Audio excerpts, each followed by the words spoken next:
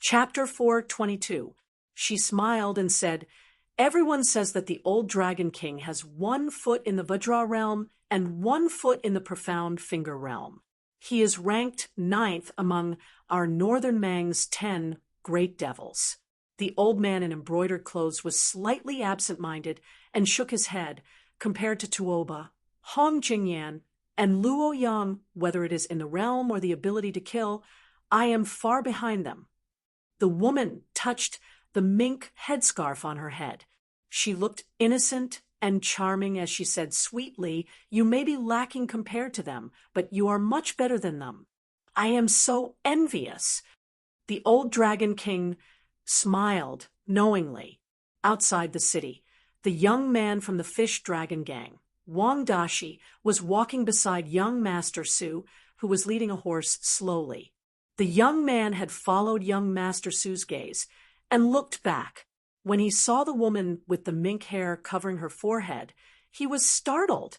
Not all young men in Jianghu had the courage and confidence to not be afraid of tigers. Wang Dashi was very afraid of this enchanting woman who had hooked up with the soldiers at Tumbling Horse Pass. From the bottom of his heart, he felt that she was both dangerous and indecent. Su Fengnian mounted his horse and came to Lu Narong, who was leading the group. He said directly, "I will part ways with the Fish Dragon Gang when we reach Yanhui Pass. There are some private matters that the general's residence has asked me to deal with. In the carriage, there is a small box of fire pleats that I asked for from the Wei residence, as well as a few calligraphy and paintings that old man Wei gave as a gift. It is also an additional compensation from the general's residence to the Fish Dragon Gang. Miss Lu can decide whether to accept it or not. In order to build a relationship with the government, it was not appropriate to give real money as it would easily violate taboos. It was better to give a few tasteful treasures to play with. Moreover, it was not necessarily useful to just worship the Bodhisattva in the temple. They also had to bribe the monks guarding the door. The Fish Dragon Gang was really terrible in this regard. The more you lose the initiative and want to make up for it, the more you can't rush it. Actually, old Chief Lu has a good reputation in Lingzhou. As long as you're willing to lower your head, it won't be difficult for you to break the deadlock. In the end, don't look down on those old men who lower their heads and smile apologetically. They also have embarrassing situations where they lower their heads and lower their heads. If you think about it from another angle, unless the King of Hell sends the black and white impermanents to take their lives, there's actually no obstacle in this world that can't be overcome.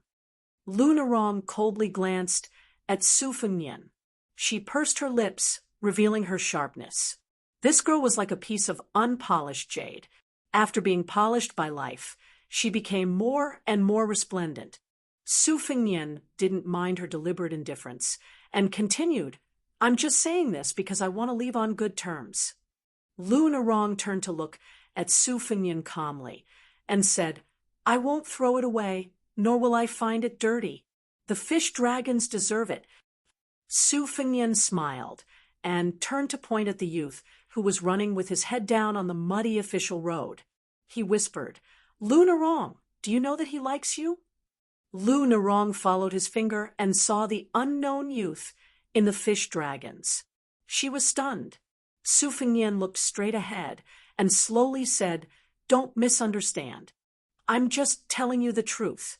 Otherwise, you might never know that there's such a fool who has a one-sided love." Lu Narong frowned. "I actually know." Su Fengnian didn't linger and annoyed her. He pulled on the reins and slowed down. Although he was no longer as cynical as the young heir after 2 different travels, no matter how good his temper was and how smooth his temper was, he wasn't so thick-skinned that he liked to be scolded and looked for supercilious looks. As for why he took the blame at the Wei residence and didn't explain the cause of Xiao Chang's death, it was because Lu Narong was burning with anger at that time. If he explained it, it would be a cover-up. Why bother? Moreover, If she wanted to hate, then let her hate thoroughly. His Royal Highness had walked step by step all these years. He was almost numb to this kind of misunderstanding. Wasn't this the guilt His Royal Highness felt for forcing Gong Sanyang to his death? Returning to the youth's side, Su Fengnian laughed in a low voice. Wang Dashi, just now I told Miss Lu that you like her. Wang Dashi was first shocked, frightened, and alarmed. Then his face flushed red, and he almost cried. Young Master Su was the person he admired and was most grateful to in his life. How could he dare to blame him? He could only lower his head and shake his shoulders. It was obvious that he had been wronged to the point of choking. Su Fengnian smiled and comforted him. I lied to you. Wang Dashi raised his head, unable to speak. He was at a loss and disappointed. Su Fengnian smiled. Wang Dashi, I'll teach you a good way to pursue a girl. Do you want to hear it? It's a real story. Wang Dashi hurriedly wiped his eyes and said in a low voice, Young Master Su, just say it. Su Fengnian gazed at the bright sky where the dark clouds had dispersed. He said softly, Walk in front of her and tell her that if you want Jianghu, I'll give you one. If you want the world, I'll give you one. As for me, I just want a son. Will you give it to me? Wang Dashi was dumbfounded. He stammered, I don't dare to say that. The corner of Su Fengnian's lips curled up, and he smiled gently. Wang Dashi then realized and asked curiously, Young Master Su, who is it? He has such guts. In our Lingzhou dialect, he's very domineering. Su Fengnian said softly, My father. Chapter 423. Su Fengnian really wanted to tell this ignorant youth who had just entered the Jianghu that those great heroes in white robes and wielding swords in front of people also had to worry about their 3 meals a day. Those beautiful women who seemed to be above the common populace would also have such petty thoughts. Those vassals who flaunted their power also had the grievance of swallowing their teeth and blood. But in the end, they gave up. It was good to have one more day of daydreaming about the Jianghu dreams of a youth. Su Fengnian bent down and rubbed the soft mane of the brown horse he sat on. His father, who had been rude to his wife the moment they met, had received a beating. But what surprised the world was that this young soldier from the East Liaoning expedition had escaped death again and climbed to the top of the court step by step. Other than the armor that was no different from that of an ordinary general, he had also put on that blue satin python robe that everyone in the dynasty knew about. But in His Royal Highness's eyes, the King of Bailiang, the pillar of the country, the great general, these awe-inspiring titles, probably because it was dark under the lamp, he rarely thought deeply about them. What he remembered the most was Su Xiao sewing cloth shoes year after year. In his youth, he had felt that Su Xiao was extremely bored, and now he still felt that Su Xiao was boring. Boring, boring. The butcher Su Xiao had many things to say. Zhao Chongling was dead. So many of his old brothers who had lived but not died with him were dead. He had never taken another consort. His children had married, traveled, and traveled. Who could he find to talk to? Su Fengnian exhaled deeply. He suddenly realized that he was also very bored, at least on this trip to the north. For some reason, His Royal Highness thought of wooden sword Wen Hua's catchphrase. He was very depressed. The fish dragon gang safely reached the vicinity of Yanhui Pass. Su Fengnian also turned back north. The reason why he did not leave the city and went to the Heart of Dragon Way State was because he was afraid that Old Foxway would notice. Refusing to accept the spring water was already suspicious. Su Fengnian did not want to cause more trouble over such a small matter. The parting with the fish dragon gang was neither sad nor joyful. It was as calm as water. The fish dragon gang did not dare to enter the city and could only spend the night on a lust slope. The feeling of using the sky as a blanket and the ground as a bed was not good. It was just something to talk about after success. Not many people were willing to suffer such hardships. Of the fish dragon gang, only the young man sent Su Fengnian off. As the sun set in the west, Su Fengnian stopped before getting on the horse and said with a smile, "The fist technique I taught you is not a divine mental cultivation method. It relies on dripping water to penetrate a stone. You can treat it as strengthening your body. As for the sword technique called 3-Jin, you may not be able to use it in your entire life. If you knew that the swordsman who created this sword technique was an old blacksmith with a missing front tooth, you would be very disappointed. As for him, his surname is Huang, and he is from Western Shu. He has been poor all his life and has neither a wife nor a disciple. I will treat it as accepting you as a disciple on behalf of old Huang. Both of you are stupid. A stupid master does not mind that his disciple is not smart. There are too many sly people in Jianghu. Every one of them is a fox who wants to become a demon. I am one of them. Honest people are rare. You are one of them. So don't learn from me. If I don't return to Bailiang, at least he still has one move of his sword technique." After Su Fengnian mounted his horse, the man, the horse, and spring thunder rushed towards northern Mang. Wang Dashi stopped and looked into the distance. When young Master Su's figure disappeared, he clenched his fists and encouraged himself, warning himself not to be lazy. As soon as he turned around, he saw Lu Narong standing not far away. The courage he had just gathered disappeared. The young man was only left with uneasiness. Lu Narong laughed it off and walked back to the hillside together. No matter how slow Wang Dashi was, he could see the tension between Lu Narong and young Master Su. He said carefully, "Young Master Su is really a good person." Lu Narong said softly, "Of course he is a good person to you. I don't deny it." Wang Dashi's face turned red.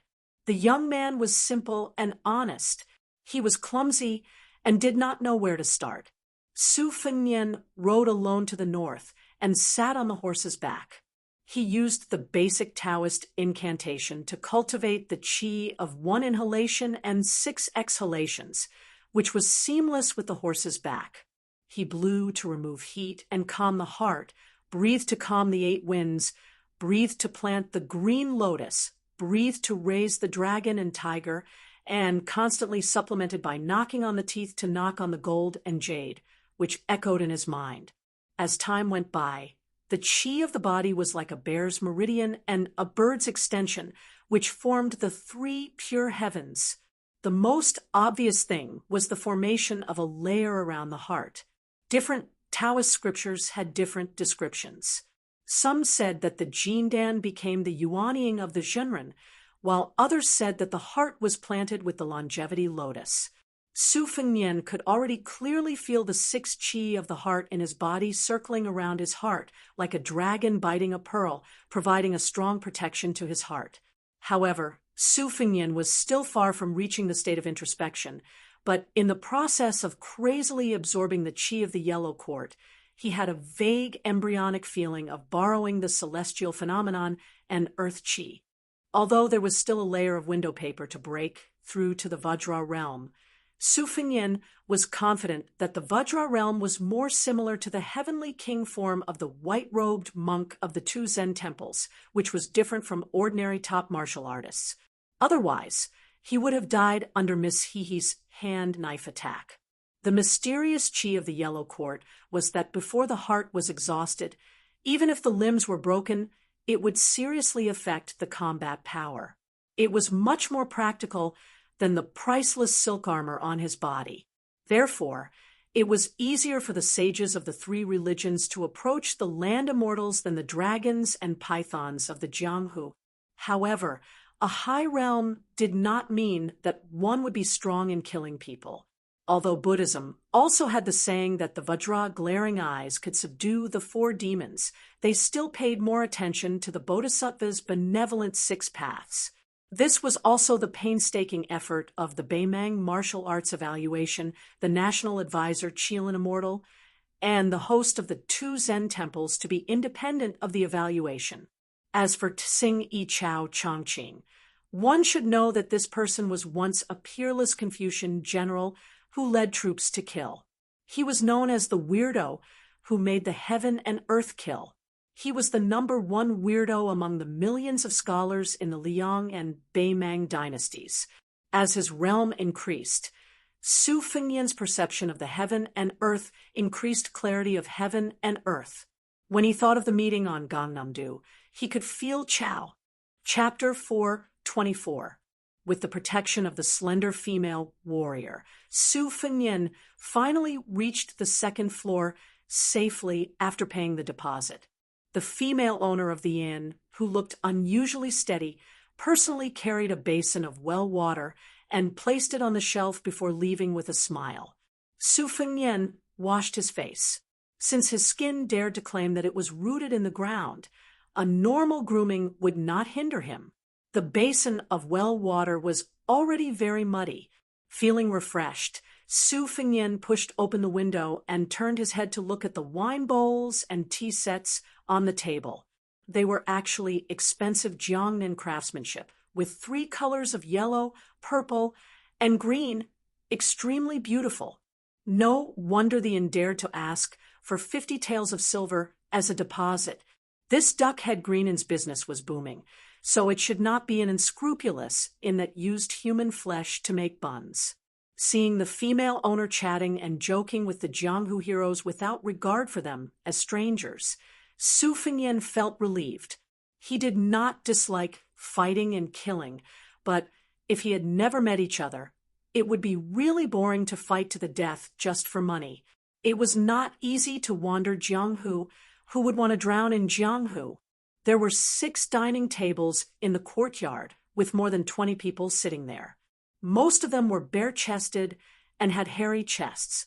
When they drank and ate, their chest muscles, which were more spectacular than a woman's chest, trembled. Fortunately, these heroes could still maintain their amazing appetite. Shoddy knives, swords, and axes were casually placed on the table. There were few good ones. Baimang was short of copper and iron, and Bailiang was strictly controlled. Even if one brought a hoe across the border, he would have to meticulously register it. When the wandering heroes of the Liang dynasty went out to gain experience, most of their weapons were of high quality, but their horses might be much worse than those in Baimang. After all, the horse farms in Baimang were much better. It was not easy to raise mature horses to fight in an army, and the 8 prefectures also kept a close eye on them. However, it was not difficult for rich heroes to spend a lot of money to get 1 or 2 horses to decorate their shop. Su Fengnian did not care about the boorish men in the courtyard who were full of vulgar words. However, the relatively quiet diners at the tables on the 1st floor of the inn were not simple. Among them, the diners at the 2 tables in the corner were all strong men. Most of them had the valiant spirit of soldiers that Su Fengnian was familiar with. The moon, surrounded by stars, was a white-haired old man with a conspicuous red mole between his eyebrows. He looked calm. A handsome and unruly swordsman in white sat alone at a table, drinking wine leisurely. His white scabbard was wrapped with silver threads, and the golden tassel on his sword was very eye-catching. The seniors of Jianghu had earnestly advised him not to reveal his true colors, but this swordsman did the opposite. He definitely had something to rely on. At the other table sat a young woman and a young girl dressed in silk and satin. In the chaotic duck-head green inn, they looked especially pure. The young girl had red lips and white teeth, and looked 70 to 80% similar to her mother. When Su Fengnian went upstairs, he caught a glimpse of the child standing innocently on the bench from the corner of his eye, asking her mother to eat this and that. The young woman with an oval face, had a lot on her mind. Her face was gloomy, but she forced a smile to deal with the child's coquettishness. Su Fengnian did not plan to go out to find food. He exhaled a mouthful of turbid air and reached out to cover his ears. His fingers were placed behind his head, and his index finger overlapped with his middle finger. He slid it down and lightly tapped the back of his head 24 times, knocking on several major acupoints of the Feng Mansion's Phoenix Pond. It was the great yellow courtyard's double cry, heavenly drum sinking heavenly water. Inside his body, the sword aura-rolled and rolled like a dragon wall. It could be said that he was in an abyss of suffering. After the time it takes to burn a stick of incense, he heard the sound of the door next door opening and closing. Judging by the weight of the footsteps, it was undoubtedly the mother and daughter. Su Fengnian stopped breathing and took off his outer garment. He sat cross-legged on the bed and flipped through the saber manual. The 6th page was the incomparably domineering sword, aura-opening shoe style. The 7th page was the thin stream swimming fish style. According to the rough annotations in the words, it was probably Wang Xianji's enlightenment when she crossed the stream to catch fish when she was young. It was combined with the quintessence of a sword expert who returned from the martial emperor city with his sword broken. It was like a fish swimming in water. It was also like a mountain range that stretched endlessly. Su Fengnian could not grasp the context of this style. He sighed and lay back, closing his eyes and concentrating. The great yellow courtyard was the supreme heart sutra of Taoism. Su Fengnian had been forced to clear his mind and restrain his desires for the past 2 years. It was glorified as golden chamber ceiling, which made people go crazy. If word got out, he would be laughed at to death by Li Hanlin. Su Fengnian bent his finger and lightly flicked the scabbard of the spring thunder saber. He heard the light tapping sounds from next door and the tender voice of a child singing a Beimang ballad. It was faintly melodious and had a unique charm. The green grass grows next year. The wild geese go and come back again. The spring breeze blows this year. Will the young master return? The green grass is green on the green flagstones. On the green flagstone bridge, a man in green hums a tune from Jinling, whose daughter smiles with her head lowered. Su Fengnian felt comfortable listening to the song. He smiled and pricked up his ears to listen to the ballad. However, the good times did not last long. A violent sound of horse hooves could be heard, and even the inn shook. The jingling stopped, and the ballad stopped. Su Fengnian sat up and walked to the window. He saw that in the dust, nearly 100 armored cavalrymen had swarmed in. The leader was a white-robed young master riding a black steed that had been tamed by the king of wild horses. He directly smashed the inn's courtyard door. Other than 5 or 6 cavalrymen who followed him into the courtyard, the rest of the cavalrymen stopped outside the inn. Dust rose everywhere. The cavalrymen and horses were one entity. This kind of tacit silence and solemnity was far more suffocating than shouting and provoking. Su Fengnian glanced at the general sitting on the black steed. He held an iron spear in his hand and wore a xianbei hairstyle with a jade buckle.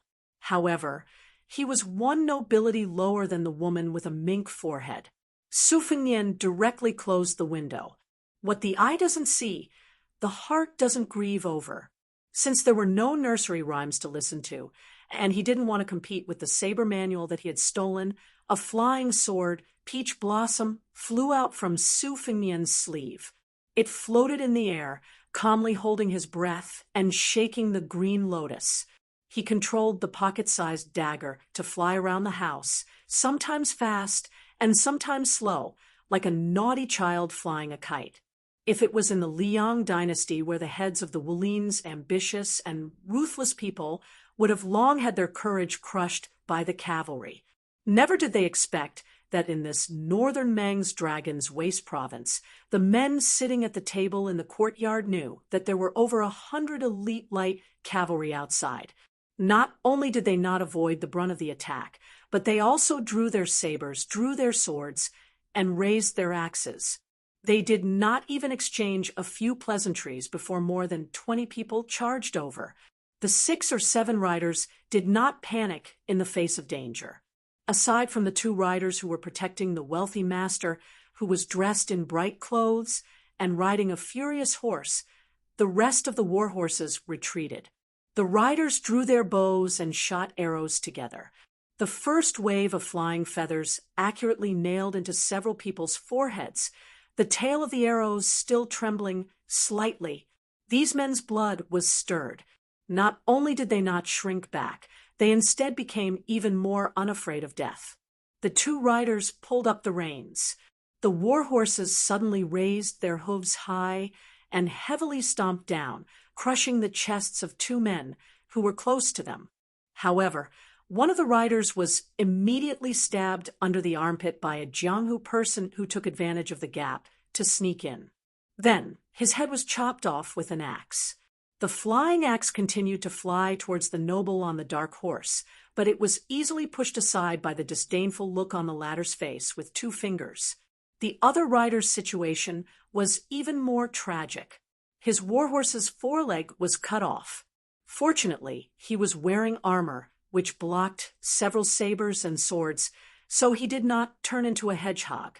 However, he still could not escape death. When his war horse fell to the ground, his head was also chopped off by a sword. This bloody battle naturally appeared inexplicable in the eyes of outsiders, but the real bloody scene had yet to come. Li Wuyang's eyes were filled with shock. Chapter 4:25. In the courtyard, the young man sitting on the back of the dark horse was as motionless as a mountain. His iron spear was like a torrential downpour. Every time he pulled out a spear, a fountain of blood would come out from the enemy's body. Some of the flustered and exasperated flying axes were deftly deflected by him.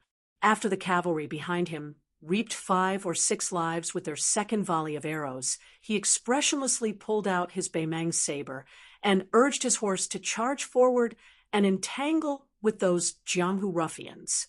Soon after, dozens of people rushed out from the 2nd and 3rd floor of the inn, and dozens of hooks appeared on the yellow mud wall of the courtyard.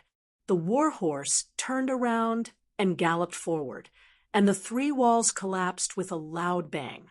There was no longer any Sihiyuan. The dark horse retreated as it fought.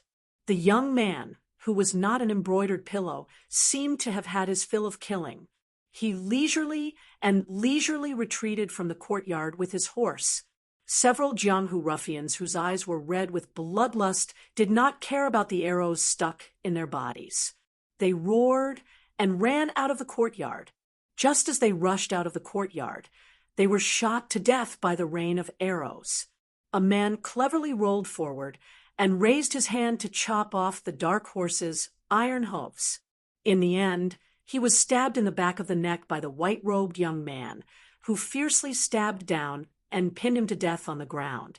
This white-robed young man with an elegant face twisted the iron spear and flipped the corpse over. The iron spear still did not let go of the corpse and smashed the man's face into mush. Su Fengmian heard footsteps and put away his flying peach blossom sword. After he got up, he heard a knock on the door. It was the shop owner.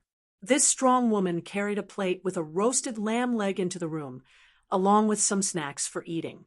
She smiled apologetically and said, "Sorry to disturb you, young master. It's true that the other rooms are occupied by customers who want to kill.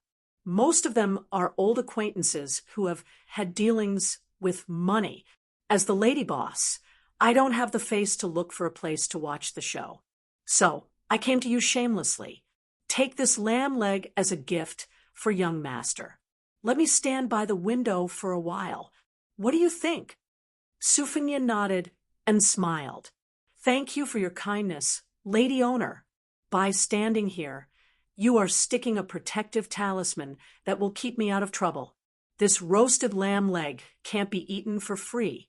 Give me as much money as you want. This way, I can live with a clear conscience." A hint of surprise flashed in the eyes of the strong woman, as if she didn't expect this unfamiliar guest to see through her act of kindness. After she put down the plate, she picked up the food and walked to the window. She cracked some melon seeds and explained calmly, "You may not know, young master, but the Green Duck Inn has been doing business for more than 20 years. Countless people come and go, and there will always be some fighting. However, the Green Duck Inn has never cared. Everyone who comes is a guest. As long as they pay enough money, they can stay and eat, drink, and visit prostitutes. As for whether they can leave alive if they are found by enemies or have a private fight in the inn, it is up to fate. The Green Duck Inn has coffins all year round. When the time comes, they can go in and lie down and wait for their relatives to come and collect their bodies. If there are no relatives, the Green Duck Inn will help bury them. They are not afraid of becoming a lonely ghost. This is not the first time that there has been a fight between soldiers and bandits like today. A few years ago, there was an even fiercer fight. The inn was not originally like this courtyard house. That time, it was completely destroyed. My husband happened to have a bit of a scholar's temperament, so he fixed it up like this. Young master, don't worry. The gratitude and grudges in Baimang are all about not being bystanders. This is called being particular about the poor and also being particular about the good. It is an old rule in the underworld. Only those devils dare to ignore it. Su Fengyan tore off a piece of mutton that was not greasy and put it in his mouth to chew slowly. He asked curiously, "It has already become like this. 100 cavalrymen against 50 or 60 Jianghu people. Is there still a need to be particular about it?" The lady boss cracked the melon seeds very quickly. She leaned against the window and turned her head with a smile. Of course, of course. If you are not particular about it, you will become a devil. In Baimang, everyone wants to be a devil, but not everyone can be a devil. Take my husband, for example. He always says that if I dare to cheat on him, he will become a devil. Su Fengyan was speechless. He did not even dare to glance at the lady boss's small waist for fear that he would be seen as not particular about it. The lady boss seemed to be a person who could not hide her thoughts. She spilled the beans from a bamboo tube and said, "The one sitting on the crow horse is Murong Jiangshan. He is a bit far from the royal family, but in Longyao province, he can be considered a first-class young master. His cousin in Gusai province, Murong Zhangtai, has a better bloodline. We are just ordinary people. We only know that the Lord of Bailiang, Tao Qianji, died for no reason on the Qingming festival. So our wives and daughters hurried over and said that it was because Murong Zhangtai coveted General Tao's little wife that he killed him. We can't see through the swords and shadows of the people above us, so we can only watch the fun. Most of the men in the inn have nothing to do with Tao Qianji, but they think that General Tao, who killed Bailiang people every day, was a hot-blooded man. When they heard that Murong Zhangtai wanted to snatch General Tao's wife, they felt sorry for the orphan and the widow. So for some reason, they gathered together and said that they wanted to teach this kid a lesson. Of course, some of them must have been hired by Tao Qianji's old subordinates. Murong Zhangtai and his group of nobles, no matter how bad they are, at least they have dozens of Baimang sabers and dozens of war horses. Today, they brought 100 cavalrymen with them. But it's still hard to say who will win. I believe young master has also thought of the identity of the mother and daughter next door. They also have a group of former loyal subordinates of Tao Qianji, especially that old guy with the red mole between his eyebrows. He is no weaker than Murong Jiangshan, who wields an iron spear. Su Fengyan came to the window and saw the blood flowing like a river outside. He sighed in his heart. Is this the Jianghu of Beimang? Moreover, according to the landlady's tone, she didn't think highly of Murong Jiangshan, who led the charge.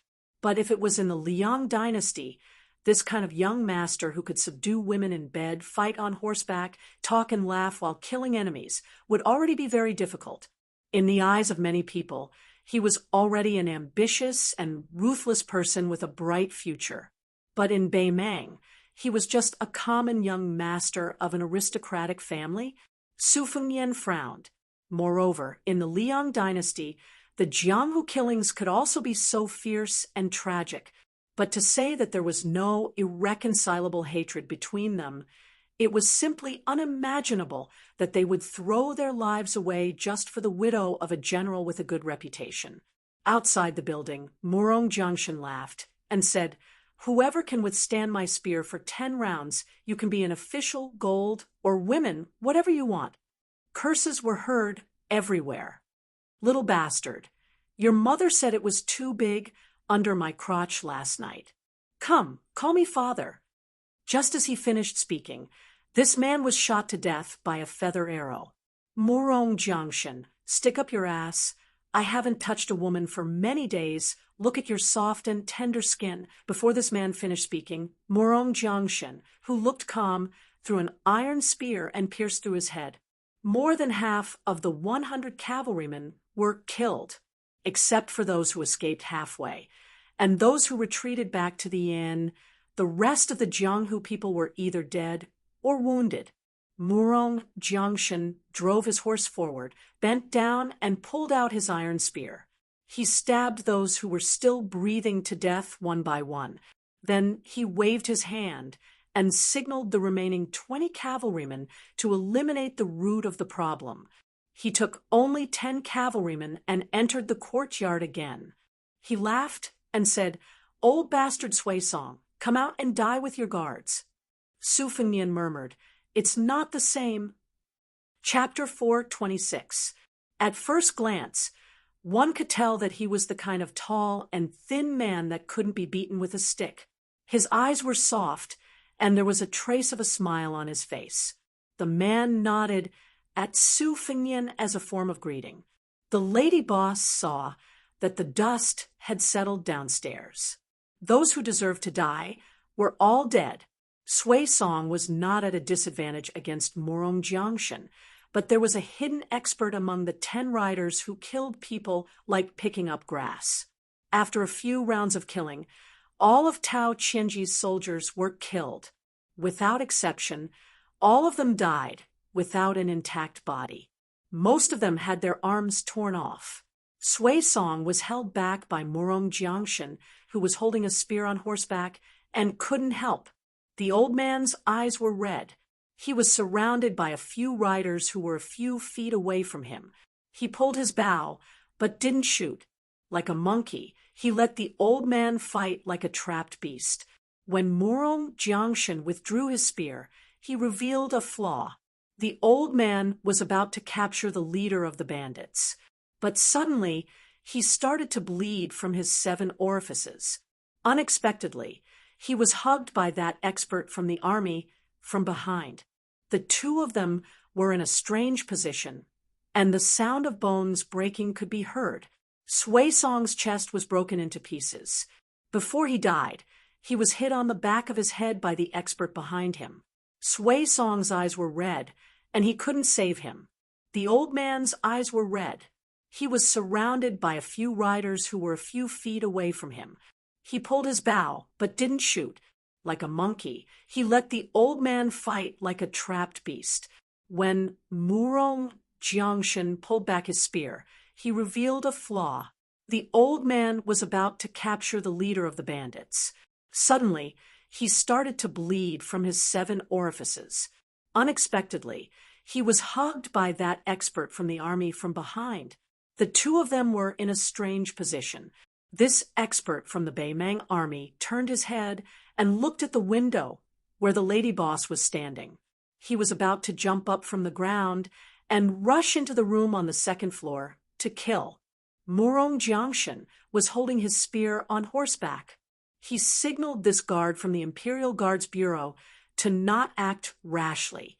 In the palace of Beimang, there was a group of cold-blooded guards that were at the top of the military force of the dynasty. The hidden minister, the bell chaser, and the Zhaojia soldier were all the best cold-blooded butchers in the Beimang army. The three of them added up to a total of 400 people. Murong Jiangshan was only a marginal member of the royal family. He was far from being qualified to have any of the three guards as his retinue. This first-class Zhaojia soldier was borrowed from his cousin Murong Zhangtai. The Zhaojia soldier had been a Zhaojia soldier for the past 20 years. He had made great contributions in the military. The Beimang military god, Tuoba, was also a Zhaojia soldier. Murong Jiangshan didn't mind the people on the second floor looking down at him. He raised his head and said with a smile, "Today, I've disturbed the duck-head green in Murong Jiangshan. I'll compensate you 10-1 for the loss of the inn. May I ask where shopkeeper Xie is? My cousin Murong Zhangtai, and I have long heard of him." The lady boss turned to look at her man and asked, "Old ghost, you just fought with the great demon Luo Yang and lost so miserably. How did you become so famous? Even the Murong brothers want to recruit you. Could it be that this time Sui Song and the others died unjustly because of you?" The man who was flirting with the lady boss not long ago was dumbstruck. A trace of mutton hung on the corner of his mouth as he stared at the thin and sickly man. The number one of the devil path, Luo Yang, was invincible.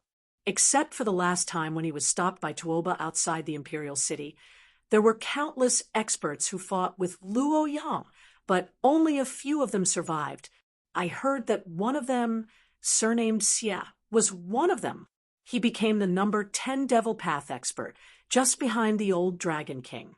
Lady boss, shopkeeper Xia, please don't frighten me with your husband and wife. Even if I, Old Feng, have a lot of guts, I can't stand this kind of torment. The lady boss ignored the crazy rough man. She looked at her man with a difficult expression and asked, "Hey, old ghost, let's put Murong Jiangshan on a bonfire and roast him. What do you think we should do?" The man who was not good with words calmly said, "You say, I'll do it." The lady boss sighed and looked at Su Fengnian, who had been watching with folded arms. Su Fengnian, who knew something was wrong, smiled bitterly and said, "Lady boss, why are you looking at me? Do you think I can go out and challenge Murong Jiangshan? Even if I want to, I'm powerless. I'm just staying in this inn. I paid all the money. You can't force me to be a good person who upholds justice, right?" The lady boss nodded and said, "That's true."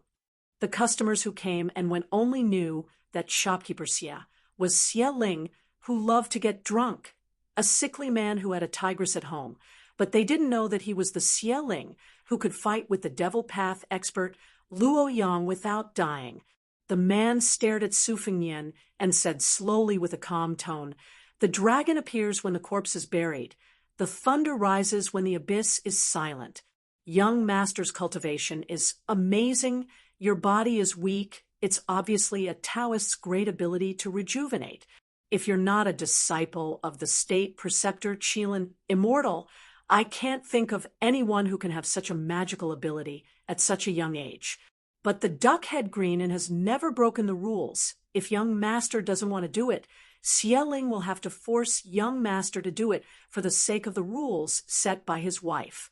Young master, you don't have to be too difficult. You just have to make sure that the mother and daughter die outside the inn. When the time comes and those soldiers dare to enter the inn, I'll kill them all." The lady boss's face was full of guilt. She smiled and said, "Young master, please don't blame him. My husband is not very reasonable. If he didn't force himself on me, I wouldn't be willing to live a poor life with him. The white-clothed swordsman lying in the corridor is most likely Murong Zhangtai. Young master, you can take him out and threaten him. You can buy some time." Su Fengnian saw the dark-skinned young man appear and disappear like a ghost. He slapped the man's head and killed him on the spot. He cursed, "I've long found this surnamed Fong unpleasant to the eye. He never pays for his food. Credit, credit, credit. Go to the king of hell for credit." The lady boss laughed. "Don't talk nonsense.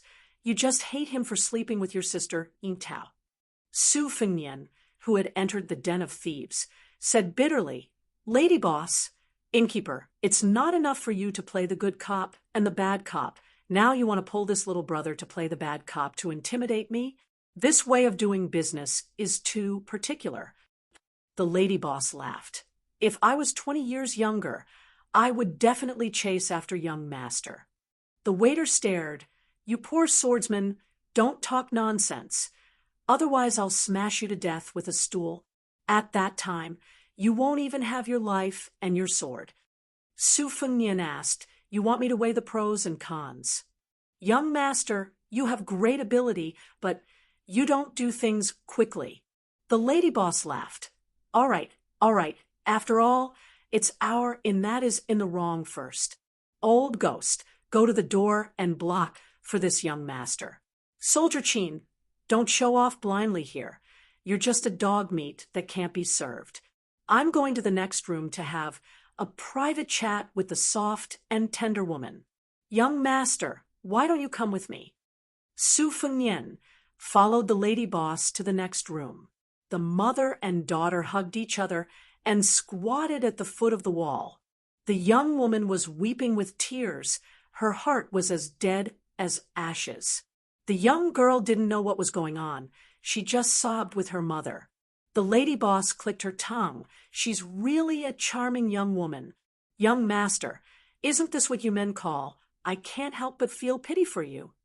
It's worth it to fight with Murong Jiangshan and his gang for such a beautiful young woman. To want a beauty and not want the country, that's what a hero is. Who cares whose wife the beauty is? Isn't this the truth? Su Fengnian was silent. The lady boss looked at the frightened young woman and pointed at Su Fengnian beside her. She laughed. "Don't be afraid.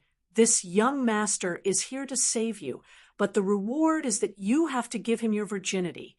It's fine if you don't. Anyway, Regent Tao Qianji's precious son didn't come this time. If you let me kill this troublesome young girl, your chastity will be saved. You don't want the last descendant of the Tao family to die, right? How miserable would that be?" The young woman was dumbfounded. No matter how ignorant the young girl was, she knew that the situation was dangerous. She could only cry heartbreakingly, calling for her mother. She was very sad. Seeing the hesitation in the young woman's eyes, the lady boss laughed with her arms akimbo. After laughing, she said gloomily, "Even a vicious tiger won't eat its cubs. Your daughter is a piece of flesh that fell from your body. How could you do this to her? I can't have children in my life, but I'm so jealous of women like you who don't know how to appreciate your fortune. Every time I see a woman with a family, I want to chop her up and feed her to the dogs." The young woman, whose dirty and ugly heart had been seen through, instantly became resolute. There was no longer any trace of weakness in her eyes. She was born to be an actress. She stood up and pushed her daughter away. She said to Su Fengnian, "Young master, please save me. I am willing to recommend myself." What a beimeng! Sons are always noble. Daughters are as cheap as dogs. Su Fengnian went to help the little girl up. He didn't look at the young woman, who was worthy of being a general's widow. He only looked at the lady boss and asked calmly, "Your man is seriously injured. Even if he had reached the finger profound realm without the support of his Vajra realm physique, he's just an empty shell. Why? Do you really think you're invincible?" The lady boss was stunned, as if she had heard a big joke. Young master, even if my man fell to the bottom of the first grade realm, as you said, a starving camel is still bigger than a horse. It's true that he's not invincible, but do you really think you're a dragon crossing the river? I'm a woman who's kind enough to warm your bed. Don't take my kindness for granted. Young man, if you're at the Vajra realm, I'll wash myself clean and stick out but for you to poke, okay? But do you have it? If you're not at the Vajra realm, you're just like an ant in my man's eyes. I just praised you casually, and you're so arrogant that you can't tell north from south. I'll give you one last chance. If you try to act tough in front of me again, I'll cut you to death. Su Fengnian smiled. Except for this child, all of you can go and die. Chapter 427. After the lady boss heard the young swordsman's bold words, her bucket-like waist twisted and turned, looking more and more like a fat peony growing on cow dung. She wiped the tears from her laughter and raised her head. She stretched out 2 fat fingers that were as thick as a woman's and gently rubbed the corner of her eyes. She said, "Young master, are you joking with me? Oh, you can't laugh anymore. You're laughing so hard that your crow's feet are showing. Young master, you're really bad." Su Fengnian also laughed. He shot a glance at the young woman who had an ashamed expression and stroked the head of the frightened child who was hiding behind her. He asked, "Lady boss, was it your man who had long planned to use me as a scapegoat and present me to the Morong brothers with both hands?" The lady boss was thick-hearted and did not bother to hide it. She nodded and said with a smile, "My man still has this bit of eyesight. Otherwise, how could he have found me in a field of flowers? I know young master's skill is neither high nor low. If you die and this fox-like troublemaker is sent out, it's good to settle things peacefully. As for the fate of the mother and daughter, Auron can't control it. If you want to blame someone, you can only blame the little girl for finding a man with bad luck. Then it's young master's bad luck. If it was in the past, as long as you brought enough money, you would have enough wine, meat, and girls." Su Fengnian smiled and asked, "With the innkeeper's skill, you'll be a distinguished guest wherever you go. Why don't you just fall in love with the Morong brothers who came prepared? Or do you think the bowl of the Morong family is too small and not enough to satisfy your appetite?" The lady boss continued to rub the corner of her eyes and carefully smoothed out the crow's feet. She said unhappily, "The Morong family is indeed the biggest pot in the world.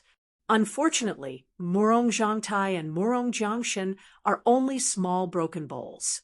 They can be used to send beggars, but to send my man, they're far from enough. If the Orange Province's disciplinary magistrate, Morong Baoding, personally comes to visit, then it'll be fine." Su Fengnian nodded and said, "I understand.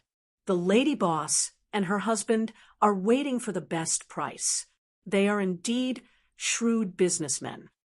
The lady boss pretended to be surprised and said, "Young master, why did you vow to kill everyone? Why did you stop after just saying that? As a man, you can't be like this. Although there are only 3 women in the room, all of them will look down on you." Qin Wuzu learned a move from this old lady's man and knocked Morong Zhangtai unconscious. "This old lady hasn't been idle all these years. Why don't I have a match with Gongzi? If Gongzi wins, then I'll go out and fight Morong Jiangshan. Don't worry, many people from Green Duck Head have died this time. Even if there aren't enough coffins, I'll definitely leave a superior Liuzhou cypress coffin for young master. However, young master's sweetheart may have to be borrowed. My husband has been waiting for you for several years, but he really hasn't encountered such a tempting delicacy like young master. To be honest, even if you are really the great disciple of immortal Qilin, I will still help him to cut you out. At worst, I will give up the inn." After revealing the secret at the bottom of her heart, the proprietress smiles gloomily when she reaches the happy part. She is waiting for the young man to show panic, but she is the first to open her eyes wide and say in a trembling voice, "Flying sword!"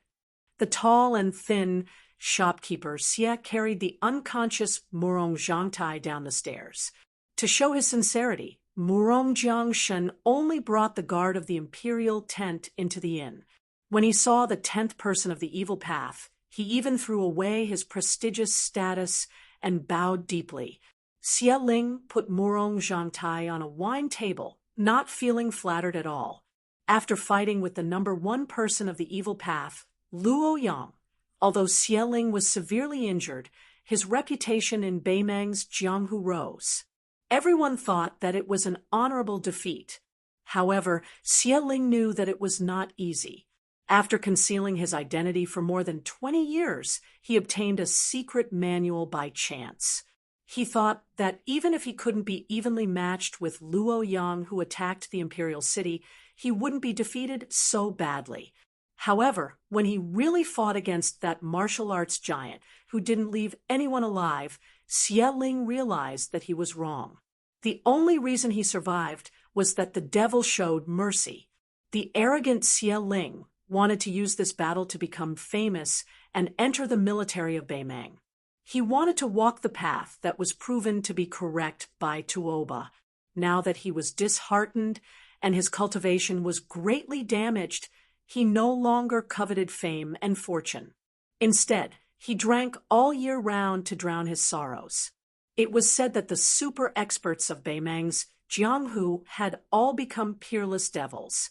The first-class experts went to the military to make a name for themselves. The second-class experts lived like princes in the Jianghu and abused their power. The third-class experts, and those who didn't enter the Jianghu, had to struggle in the muddy pond. Xie Ling's strength had been greatly damaged, but his mentality was still there. Since he knew that the so-called Devil's Path was nothing more than a facade, he didn't want to go to the Beimang army and make a fool of himself. Moreover, from the beginning, his goal had been the 2 capitals' royal courts. What kind of thing did the little Murong clan disciples count for? Did they have the qualifications to order him around? It's just that although he looked down on them, he still had to pay attention to some rules. Jianghu, the military, and the government each minded their own business. If Jianghu people burned, killed, and plundered in Jianghu, the Beimang Imperial Court would never get involved. But if Xie Ling was in charge of the Duckhead Green Inn, he would suffer a calamity. With Xie Ling overseeing the Duckhead Green Inn, the Duckhead Green Inn would not stop them.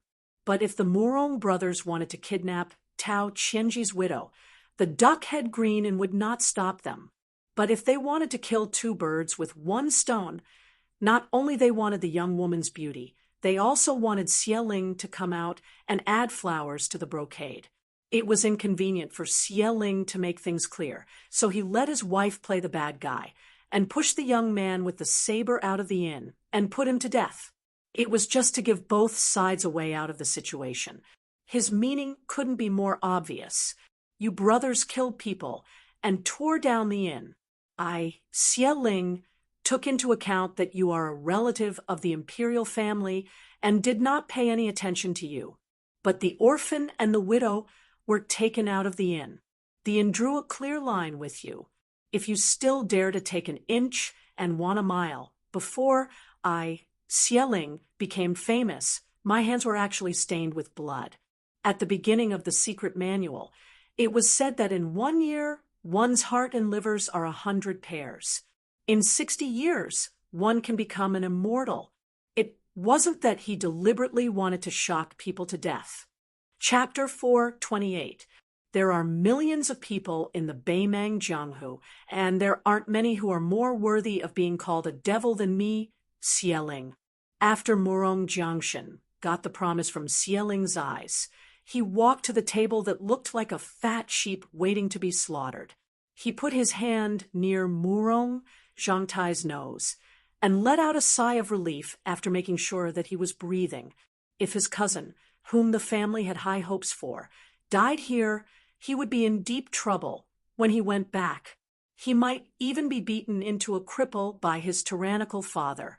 The Murong clan had always worshipped martial arts since ancient times. Being brave and good at fighting was nothing to them. Only a talented scholar like his cousin Murong Zhangtai could stand out in the imperial court The emperor was very happy to see Morong Zhangtai standing out in the imperial court with his true talent. Morong Jiangshan's family was a branch of the Morong clan, so he had to be careful. Xie Ling, who was hiding in the city, was the noble that he and his family wanted to rope in after finding out about his secret identity. He was just a stepping stone to show off his power to those scoundrels who died outside the inn. Seeing that Xie Ling didn't speak, Morong Jiangshan wasn't in a hurry to speak either. He was calculating if he had given enough bargaining chips. Tao Qianji's widow must be taken away. It wasn't as simple as his cousin Morong Zhangtai coveting her beauty, but it was driven by his family's interests. The two capitals and the 4 prefectures in the north and south were confronting each other like tortoises entangling snakes. This was also a scene that the emperor, who had the art of restraint, was happy to see. North Didi City was the Beimang imperial court that the Liang dynasty talked about. South Yanjing had absorbed a lot of people from the 8 kingdoms. Each of them controlled 2 prefectures and were independent of the 8 prefectures. When the North Imperial Court official and the South Imperial Court official met, it would be a scene of the North using force and the South using words. Naturally, the Morong clan was a strong pillar of the North Imperial Court official. However, they had gradually infiltrated into Gusai and Longyuan prefectures over the years and were suspected of poaching. Fatty Dong and Tao Qianji were the pillars of the South Imperial Court official. Back in Gusai Prefecture, they had given Morong Jiangshan and the other nobles a hard time. To the Morong clan, this wasn't just a small matter of face. Under the premise of not touching the emperor's bottom line, they spared no effort to keep each other at bay. Just like this time, when Tao Qianji suddenly died, the Beimang Empress was naturally enraged. However, if Morong Jiangshan had only humiliated Tao Qianji's woman, the far-sighted empress wouldn't care about such trivial matters. The officials of the Southern Imperial Court had also suffered many such grievances in the past 20 years. Perhaps even Fatty Dong wouldn't shed all pretense of cordiality. This kind of imperceptible and extremely disgusting act of slandering the morale of the Southern Imperial Court was something that the Morong clan's descendants could easily do. After the matter was settled, the imperial city would receive a large number of cheers and applause, and the elders of the clan would also feel proud. As for Tao Qianji's delicate and tender wife, after cousin got tired of playing with her, she would definitely be passed around the circle of nobles in the imperial city. It was inevitable that she would be reduced to a broken shoe that everyone would step on and wear.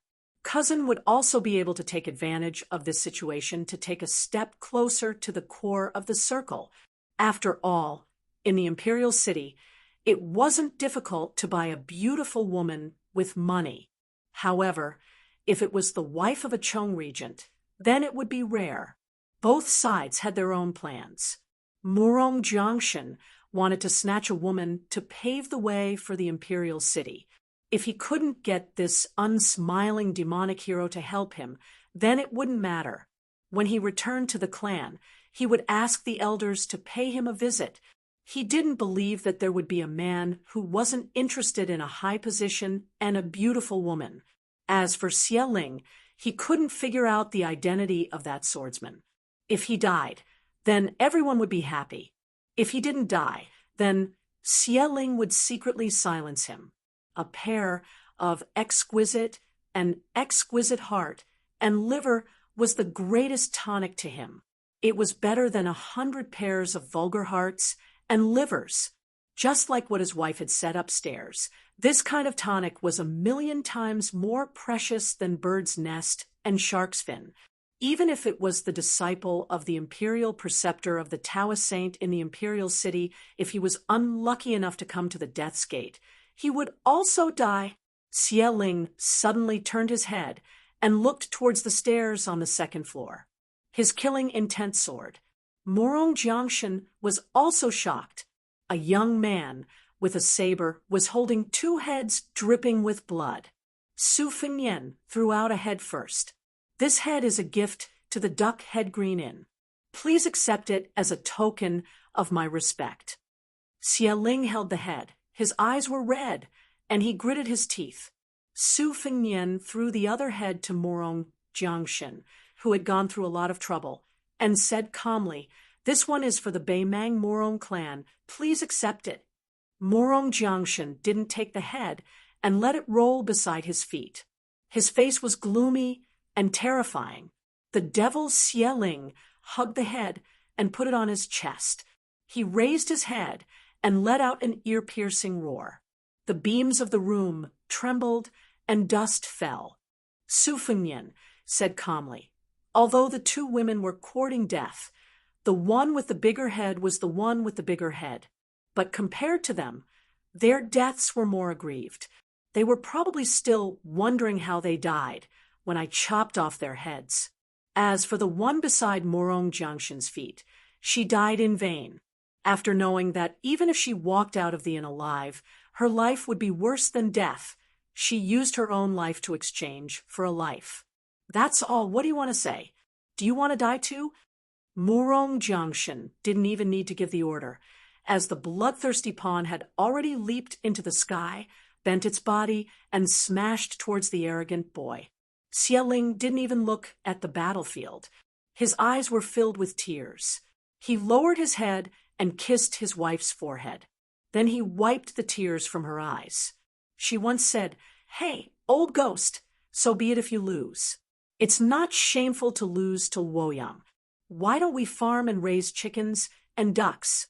Isn't it good to die together?"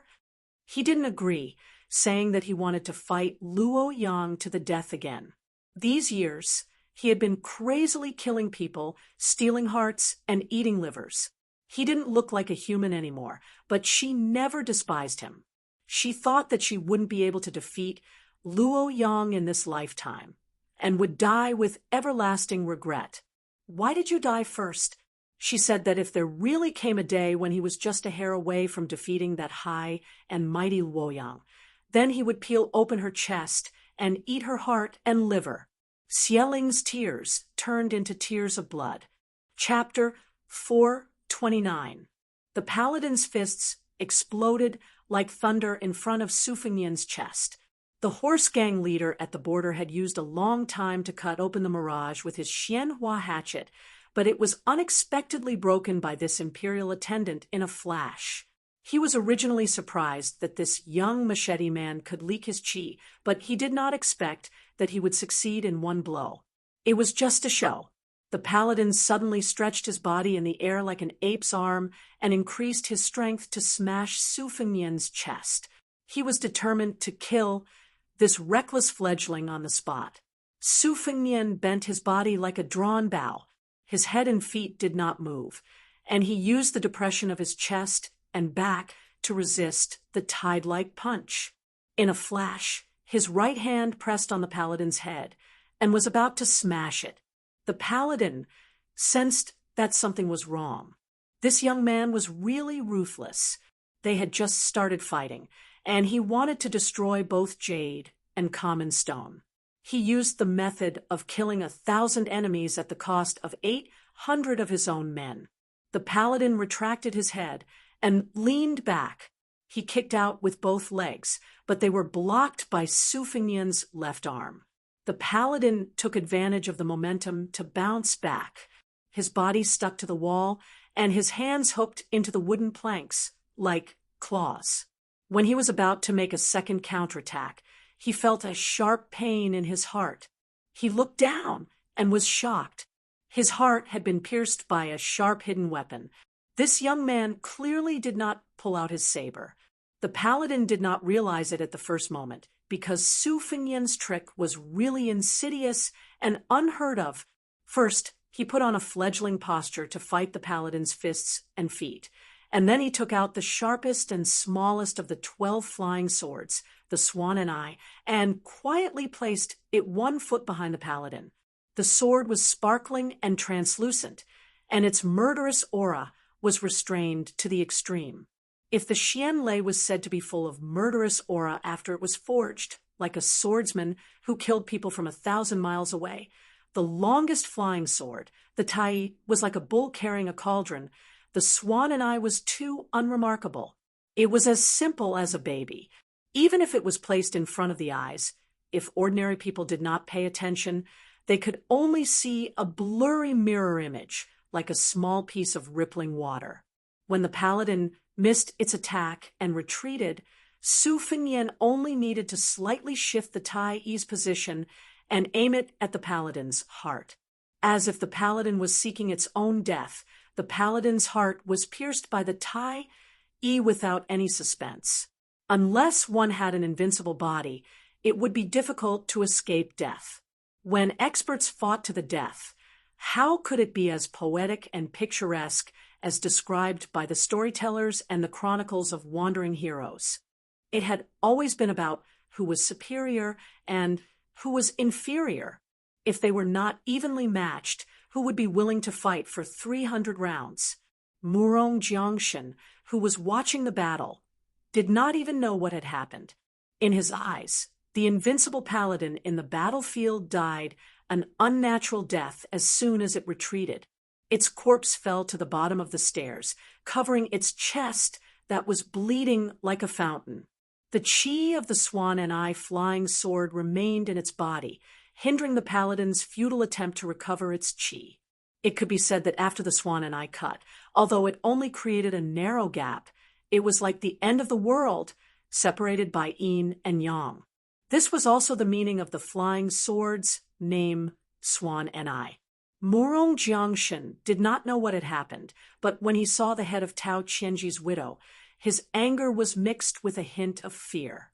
Being able to kill an imperial attendant with a flick of a finger, and being so young, could it be that he was a direct disciple of a prestigious school like the Chess and Sword Music School? It was said that Fatty Dong had a good relationship with the Chess and Sword Music School, one of the top 5 schools in Beimang.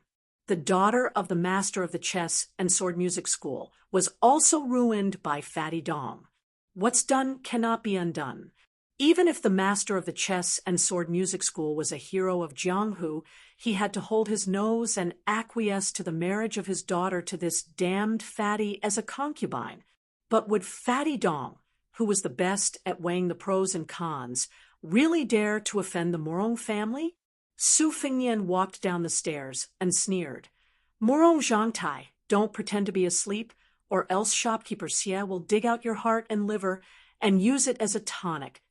Murong Zhangtai, who was lying on the table, still did not move.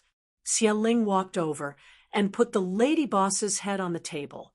Then, with his 5 fingers like hooks, he fished out the heart of the handsome Murong family disciple, whose acupoints were sealed when he was carried down the stairs, and put it into his mouth to chew. Murong Jiangshan was scared out of his wits. He was furious. Xie Ling, and dares to harm my Murong family disciple? Xie Ling's eyes were red, and his mouth was full of blood. He held the heart and liver in his hand and chewed it while looking at Murong Jiangshan, whose scalp was about to explode. This devil who had been led astray and could not turn back said without any emotion, "So it's a swordsman from the Chess and Sword Music School. The heart and liver of a righteous person is so delicious. Don't look at the same kind of heart and liver, but after eating a lot of them, you will know that each person has a different taste. Some people are like fat geese, greasy and nauseating, but not very beneficial. Some are like flying snakes and turtles, and some are slightly poisonous, but can cure diseases. Some are like crab meat, which is even more delicious after being frosted. They are already top grade and can heal broken bones, just like the one in my hand. As for the young master with the sword, he has phoenix marrow and dragon liver, which can only be found by chance. Xie Ling, never look at a person's face, but only at his heart and liver." Everyone in the Duckhead Green knew that Innkeeper Xie was a taciturn, good person and a sickly person. He was always amiable when dealing with people. However, they did not know that his good temper was cultivated by his heart and liver. Xie Ling said a lot for the first time, ignoring the timid Murong Jiangshan. He turned to Su Fengnian and said, "Since you know how to raise and ride a sword, you must have a good background. These two Murong people might not be as good as you. Why didn't you leave the sect later? You should at least wait until you reach the Vajra realm. You killed someone, but you didn't run away. Obviously, you saw that I was seriously injured, and you think you can be bullied by dogs? Later, I will use my fingers to peel open your chest, and I guarantee that you will live to see your own heart beating. I will eat your heart and liver very carefully and slowly. Because of the severe pain, your qi will concentrate on your heart and liver, and the taste of your heart and liver will be better." When the restless Murong Jiangshan heard that Xie Ling was seriously injured, it was as if he had grasped at a life-saving straw. He no longer cared about Murong Zhangtai's heart and liver, nor did he care about the little woman's head lying beside his feet. He quickly turned to Su Fengnian and said with utmost sincerity, "Young master, how about you and I work together to deal with this demon that everyone wants to kill? My Murong clan will definitely thank young master." The disciples of the Murong clan always keep their promises, and they value their promises more than their lives. Su Fengnian did not say anything. He saw Xie Ling's body darting out of the forest like a cheetah rushing to Murong Jiangshan's front. He broke Murong Jiangshan's neck with one hand and hammered on Murong Jiangshan's waist with the other hand, accelerating the circulation of Murong Jiangshan's blood and qi. Then he lowered his head and bit on Murong Jiangshan's chest. As if he was drinking water, he swallowed the second heart of the day, casually throwing away Murong Jiangshan's warm body. Xie Ling raised his head with an intoxicated and satisfied expression. This scene was not inferior to the cruel description of hell in the Buddhist scriptures. Those who were timid would have already fainted. Xie Ling's pair of creepy blood-red eyes made people not dare to look into his eyes. On the second floor, a dizzy little girl was lying between the railings.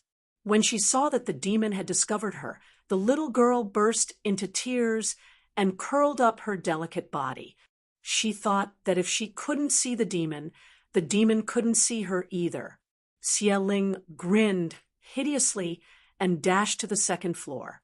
But Su Fengnian stabbed him and stepped on his waist, causing him to crash into a pillar. Under his stomp, the thick stone floor almost cracked. However, Xie Ling's body was soft and boneless. He circled around the pillar with his head and legs touching it. With a slight smile, he stared at Su Fengnian and said, "Young man, you are so impatient. I thought that this little girl who had the least right to live was your bait, but I didn't expect that you would be able to tell the truth just by testing her. I get it now. It's not that you want to kill Tao Qianji's widow.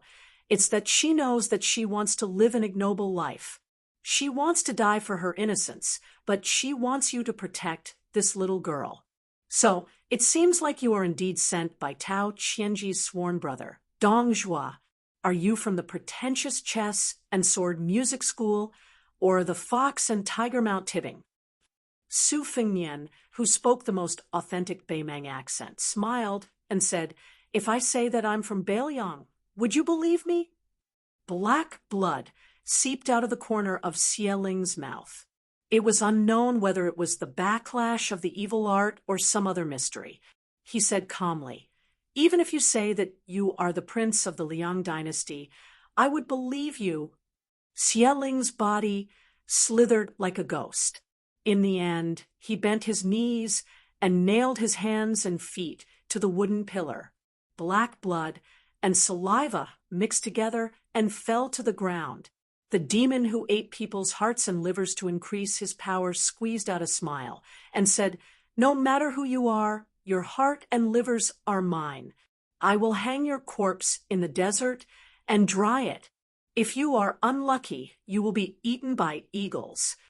Su Fengnian was expressionless, but his eyes were clear. Xie Ling probably didn't see the despair and fear he expected, so he flew into a rage out of humiliation. His feet broke the thick pillar, and his body shot towards the young master, who was carrying a short blade, but riding a flying sword. The two collided, and the huge impact forced Su Fengnian's back to smash through the wall. Xie Ling, who was nimble beyond imagination, almost instantly broke through the wall and left the inn. A knee strike that could split iron and stone was stopped by Su Fengnian's hands. Xie Ling's fist landed solidly on his forehead. Su Fengnian's body flew back while his palm struck the demon's temple. One person flew back like a kite with a broken string, while the other person spun a few times in the air. In the time it took for a spark to fly off a piece of flint, both of them didn't hold back in their attacks. After landing, neither side showed the slightest bit of embarrassment. It was obvious that it would be difficult to determine the winner of this battle without dragging it out. The red-eyed Xie Ling spat out a mouthful of blood and leisurely stretched his neck. He squinted his eyes and saw that the blood on the young master's forehead had gathered. It turned from bright red to purple, but it quickly faded away at a speed that was almost invisible to the naked eye. If Xie Ling's fist landed on a martial artist like Morong Jiang, it wouldn't be strange if all the meridians in his body were broken. Chapter 430. Then Xie Ling saw him take off the short knife from its scabbard. First, he twisted it with 2 fingers, then flicked the scabbard. The simple short knife was like a nimble swallow circling around the beam. Xie Ling frowned. In Jianghu, sabers, spears, axes, and all kinds of other weapons were not rare. It was just the rough foundation of the sword controlling technique and could not be put on the stage. First of all, in the eyes of the experts, without enough qi to build a foundation, no matter how dazzling the weapon was when it left the hand, it would be useless. Moreover, as the saying goes, an inch shorter is an inch riskier. When the weapon left the hand, there were pros and cons. Although it increased the attack range, it exposed the weakness of not daring to fight in close quarters. Therefore, the sword-controlling technique had always been sneered at by the famous swordsman. Su Fengnian ran forward wildly. Every time the spring thunder reverberated, he flicked his fingers again. The short knife was always hovering around, spinning faster and faster. In the end, only the light of a firefly could be seen. At first, it was not extraordinary. When they were less than 50 feet away from Xie Ling, the man and the knife revealed their sharpness. The yellow sand on the ground was swept up by the spring thunder. When they were 3 feet apart, Xie Ling reached out his hand to grab the scabbard, but he did not manage to grab it. Instead, he exerted force with his 5 fingers, twisting away the hidden qi. Xie Ling clicked his tongue a few times, ignoring the fact that his palm was bleeding from the rolling qi. Su Fengnian arrived in the blink of an eye and cupped his hands 3 times. The first 2 attacks were blocked by Xie Ling's brute force, but the last time, Xie Ling used his 10 fingers to grab Xie Ling's chin and gave him a violent push, causing the great demon's body to fly into the air. Su Fengnian strode forward, creating 2 potholes on the ground. The 2 spring thunder scabbards with surging qi intertwined in the air and rushed towards Xie Ling like a waterfall. Xie Ling, who was suspended in the air, laughed loudly. He supported himself with one hand and spun his body like a top, crushing the 2 ferocious qi that contained the majestic sword will. After Xie Ling succeeded, he did not hurry to stand still. He maintained the strange posture of supporting himself with one arm and his head facing the ground. He looked at Su Fengnian and laughed darkly. There is a song from the chess and sword music school, and a sword technique that originated from the Li Yang sword god, Li Chuangong's Shu Kai style. It seems to be called the sword qi rolling dragon wall. What is your relationship with this outstanding disciple of the headmaster's sword qi? The 9 cavalrymen finally couldn't hold themselves back and broke into the inn. When they saw their 2 masters had their hearts dug out like peeling oranges and the gatekeeper dead at the bottom of the stairs, they were shocked beyond words. Although they were the Murong family's personal guards and didn't need to care about the iron law of Bei Meng's army, the death of Murong Zhangtai and Murong Jiangshan meant that the country had its own laws and the family had its own rules. The Murong family had accumulated power for hundreds of years, so there was no difference between ruling the family and ruling the army. All of them would be sentenced to death. After the 9 cavalrymen looked at each other for a short while, they didn't hesitate to rush out of the inn. They jumped on their horses and rushed towards the battlefield where Xie Ling and Su Fengnian were fighting. If they returned alive, their families would be heavily implicated, but if they died with their masters, they would be richly rewarded. The rules of Bei Meng didn't allow them to cherish their lives. 2 of the cavalrymen were cut in half along with their horses by the sword Qi. Most of them had their hearts dug out by Xie Ling. The last cavalryman wasn't afraid of death, but he was afraid that his heart and liver would be eaten. When he was about to retreat, Xie Ling grabbed his horse's tail and threw him and his horse toward a cold sword Qi. Xie Ling wiped the blood from the corner of his mouth and looked at the young master with pity. He said, as expected of the famous sword Qi rolling dragon wall, "It's quite interesting. Unfortunately, 9 dragons is the limit. All 9 of them have been eaten by me. Brat, what other skills do you have? Show them all before you die." Su Fengnian looked at the demon as if he was looking at an idiot. He said softly, "It's true that there are only 9 dragons in the sword Qi rolling dragon wall, but can I do it again? You ate hundreds of hearts and livers, but your power didn't increase. Why did you eat your own brain?" Xie Ling laughed. Instead of being angry, he hooked his finger and said, "Don't be so quick with your words. The sword Qi rolling dragon wall is one of the few top sword moves that can integrate sword intent and sword moves. But it also depends on who is using it. Brat, you are still inexperienced. If you don't believe me, you can try it again." Su Fengnian, who had spring thunder swirling around him, smiled. "Oh." The scarlet-eyed Xie Ling placed his fists on his chest and roared. With him as the center, countless small cracks appeared on the ground. Xie Ling's eyes were cold. He grinned and said, "You've learned this ability to eat hearts and livers to live forever. It's not something that can be seen in the light of day. I've only used it once on the head of the demonic path, Luo Yang. Brat, you can die without regrets." Bang! Blood mist filled the air. Xie Ling's remaining Qi-Si acupoints numbered over 300. Countless threads of blood soaked through his clothes and broke out of his body. They scattered but didn't scatter. Finally, they condensed into 6 scarlet snakes the thickness of a thumb. They swam in the air like pythons spitting out their tongues, choosing people to swallow. Xie Ling wasn't in a hurry to give Su Fengnian a fatal blow. Instead, he continuously stepped on the corpses outside the inn. Every time blood splattered, the 6 snakes would gather together. The snakes gradually grew from the thickness of a thumb to the size of a woman's wrist. When Xie Ling stood on a badly mutilated corpse of a cavalry, the great demon with 6 red snakes coiled around his body spread out his arms. He bent his knees slightly and let out a roar towards the sky.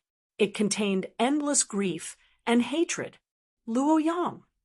In Xie Ling's life, in order to reach the peak of the martial path, he didn't hesitate to walk on this narrow path that everyone despised.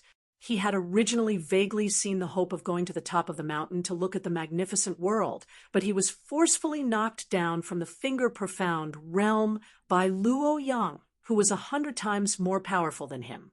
Luo Yang was so high and mighty. Xie Ling hated Luo Yang to the bone. He hated this idiot who said that he was delusional and wanted to devour an elephant. Xie Ling could tolerate losing to a young master who was already above tens of thousands of people, but he couldn't tolerate this young man's disdainful gaze and light tone. The most delicious set of heart and liver under the heavens is none other than Luoyang's.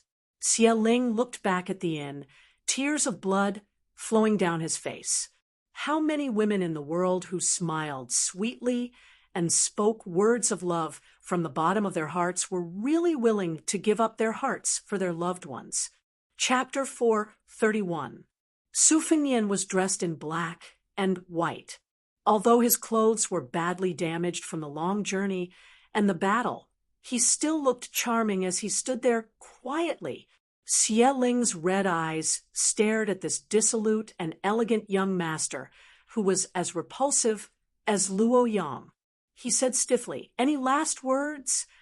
Su Fengnian hung the spring thunder on his waist and shook his head with a smile.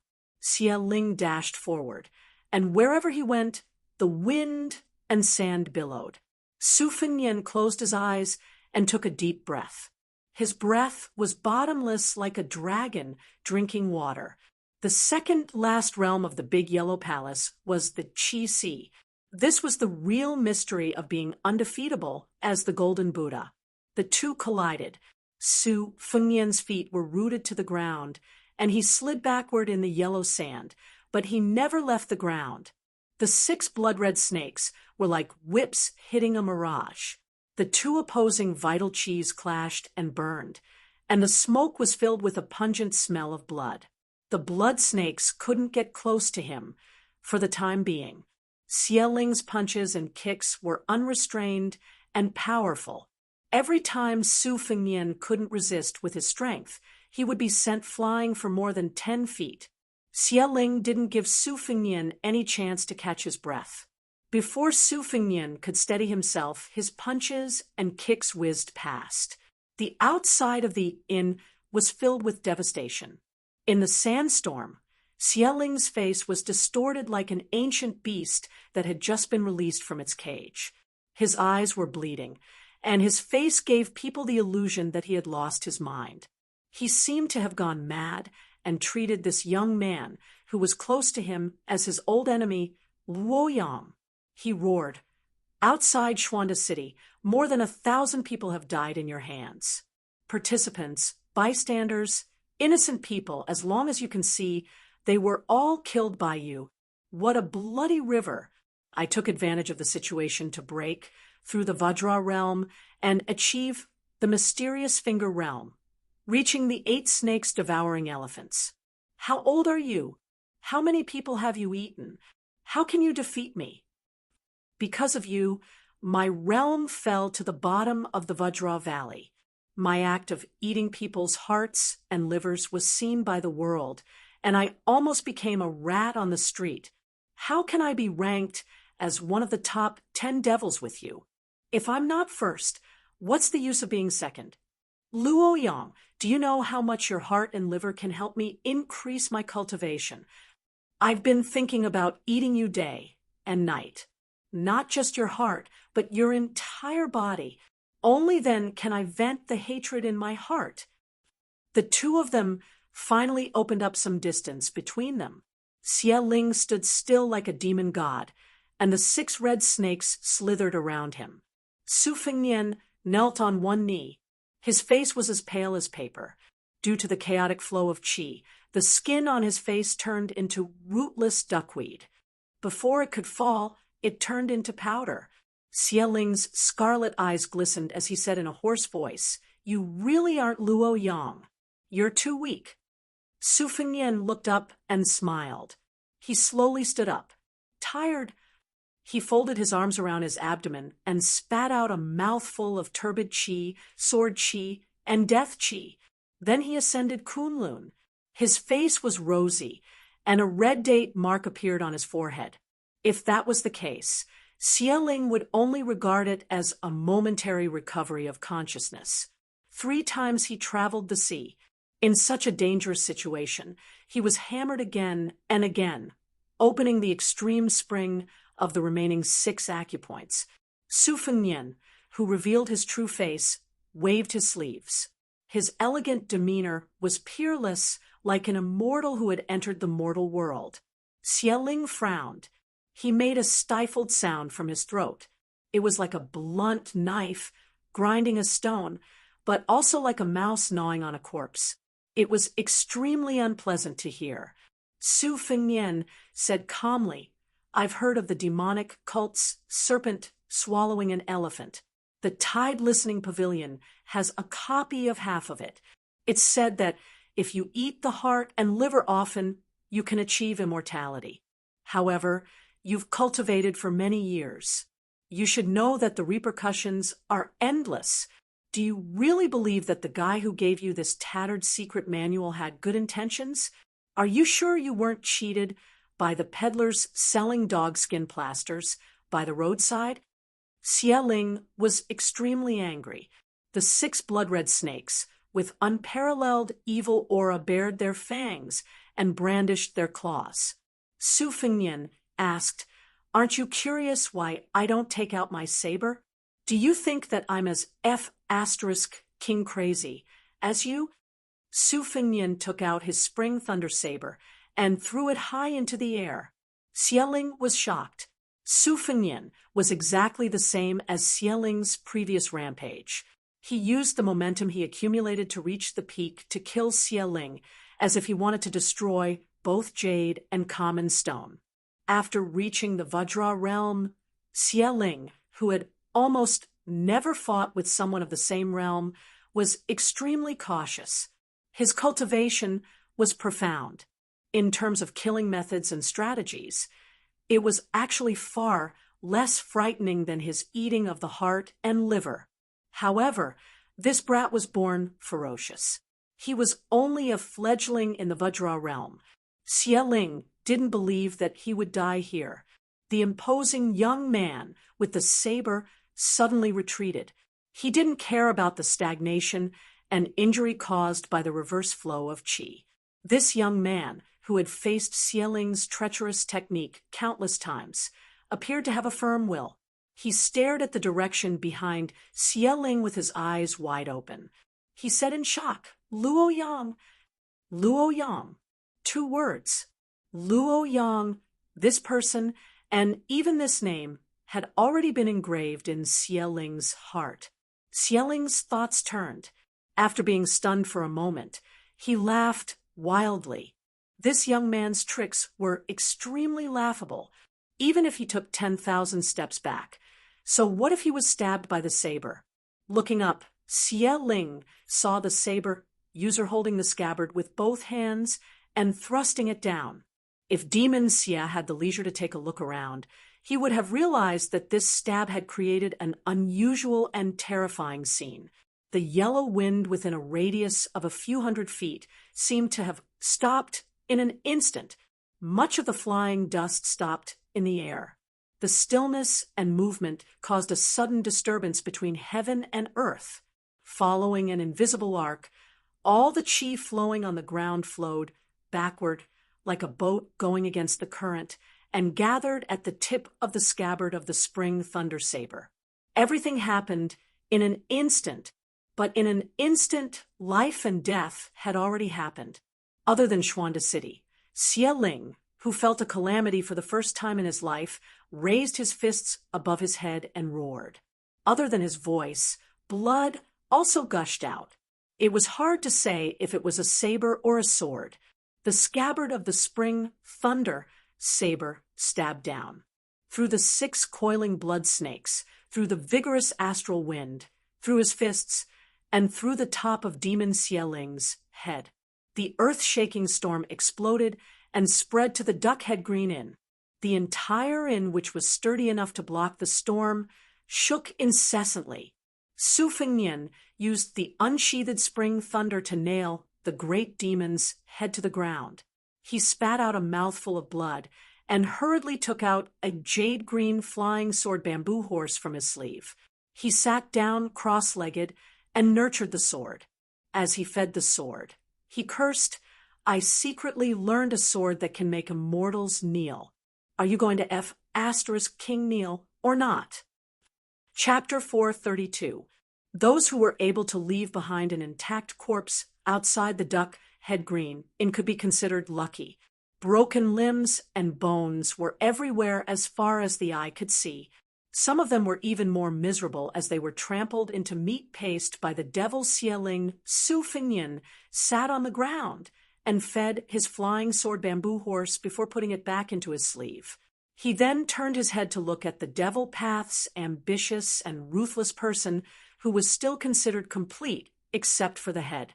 When Xie Ling arrogantly asked if he had any last words, His Royal Highness originally wanted to say that he was lucky enough to survive and bury Xie Ling and his wife in the same coffin.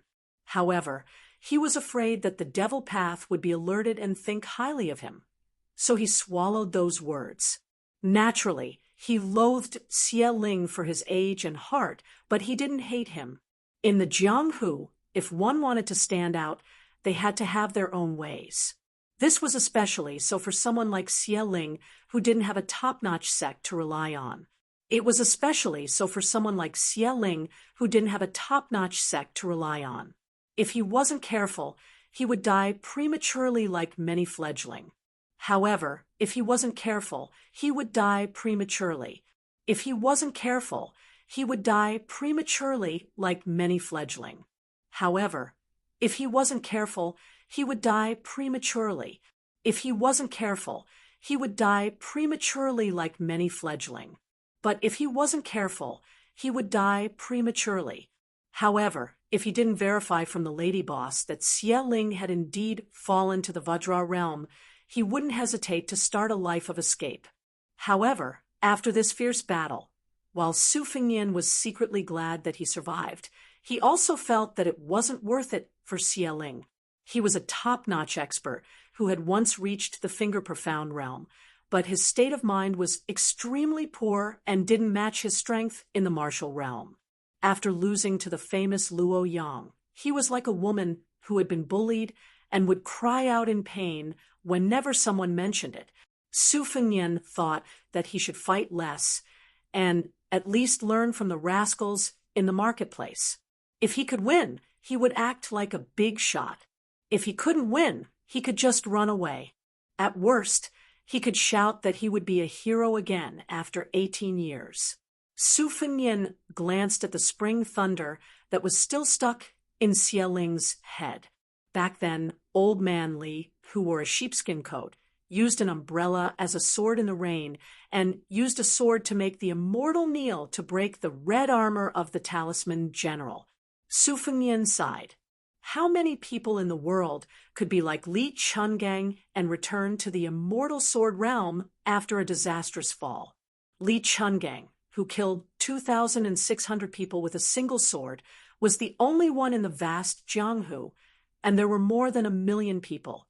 Su Fengnian narrowed his phoenix eyes that were full of murderous intent after killing people. He looked at the tanned waiter, the soldier of the Qin dynasty, who was slowly walking out of the inn. He was not smart at all. He left the cellar where the crafty rabbit had 3 burrows. But he was also smart enough to blackmail the pitiful child, who was lucky enough to survive. At that time, in the guest room on the 2nd floor, he deliberately took out his flying sword to attract the attention of the lady boss, and then cut off her head with a knife. After that, he wanted to find this disciple of Xie Ling, who was known as One Move Xian. Not to mention whether or not to kill him, he wanted to be cautious and confirm the whereabouts of the soldier of the Qin dynasty. However, he did not expect to find any trace of the boy on the 2nd floor. Su Fengnian put this matter aside for the time being. The widow of Tao Qianji was not chaste, but she was decisive. She probably thought that even if she lived in this world, she would not be able to escape from Su Fengnian's grasp. She did not have the extravagant hope of guarding her husband's coffin and safely escorting him back to his hometown. She begged Su Fengnian to save her young daughter, Tao Manwu. After that, she tearfully smiled and begged Su Fengnian not to let her daughter see this scene. Su Fengnian agreed. She closed her eyes and waited for death. Before she died, she did not curse the villain who killed her husband. Instead, she cursed Fatty Dong, who was sworn brothers with Tao Qianji. She wanted this young Beimang official, who did not personally escort them to Lu City, to die a horrible death. A woman's mind was really hard to guess. Su Fengnian slowly stood up and did not talk nonsense with the dark waiter. He said directly, "You want to live? Sure, I'm not like your evil master who eats people's hearts and livers. I don't kill innocent people. If you let her go, I'll let you go." Qin Wuzu's hands and feet trembled more and more. The little girl's tender neck was already blue and purple. After the young man unintentionally increased the strength, she had difficulty breathing and was almost dying. Qin Wuzu, whose face was full of tears, did not realize it. He saw with his own eyes in the hidden hole how Su Fengnian killed Zaipao in the blink of an eye. He knew that this handsome young man with a mask was far from being as gentle and humble as he looked. The young man was just like an injured young wolf. He stared at the young machete man standing beside the old drunkard's body and gritted his teeth. He asked, "Do you mean what you say?" Su Fengnian calmly asked, "Why don't you try to strangle her to death?" Qin Wuzu slightly loosened his grip and hesitated. There was blood and dead people inside and outside the inn. How many coffins had been used? The young man's heart was intertwined with unspeakable grief, anger, and fear. No matter how stingy the drunkard and the landlady were, from the first day he took root in the Duck Head Green Inn, they were not close relatives. Moreover, if the old man was really stingy, he would not have taught him that life-saving skill. Qin Wuzu asked in a trembling voice, "You swear that I'll let her go? You can't kill me?" The waiter hurriedly added, "You can't break my hands and feet. You can't let me live a life worse than death." Su Fengnian nodded. "I have a condition. You go and find Xieling's secret book for me. I'll return it to you after reading it. Qin Wuzu, you should know that if I really want to torture you, I have a lot of tricks." At this moment, Qin Wuzu slowly loosened his grip, but he tightened it again. After several repetitions, he finally made up his mind to let go of the little girl and pushed her towards Su Fengnian. However, the child stood still after stumbling and did not walk towards Su Fengnian. Qin Wuzu did not care about the child's thoughts and found a way out for himself.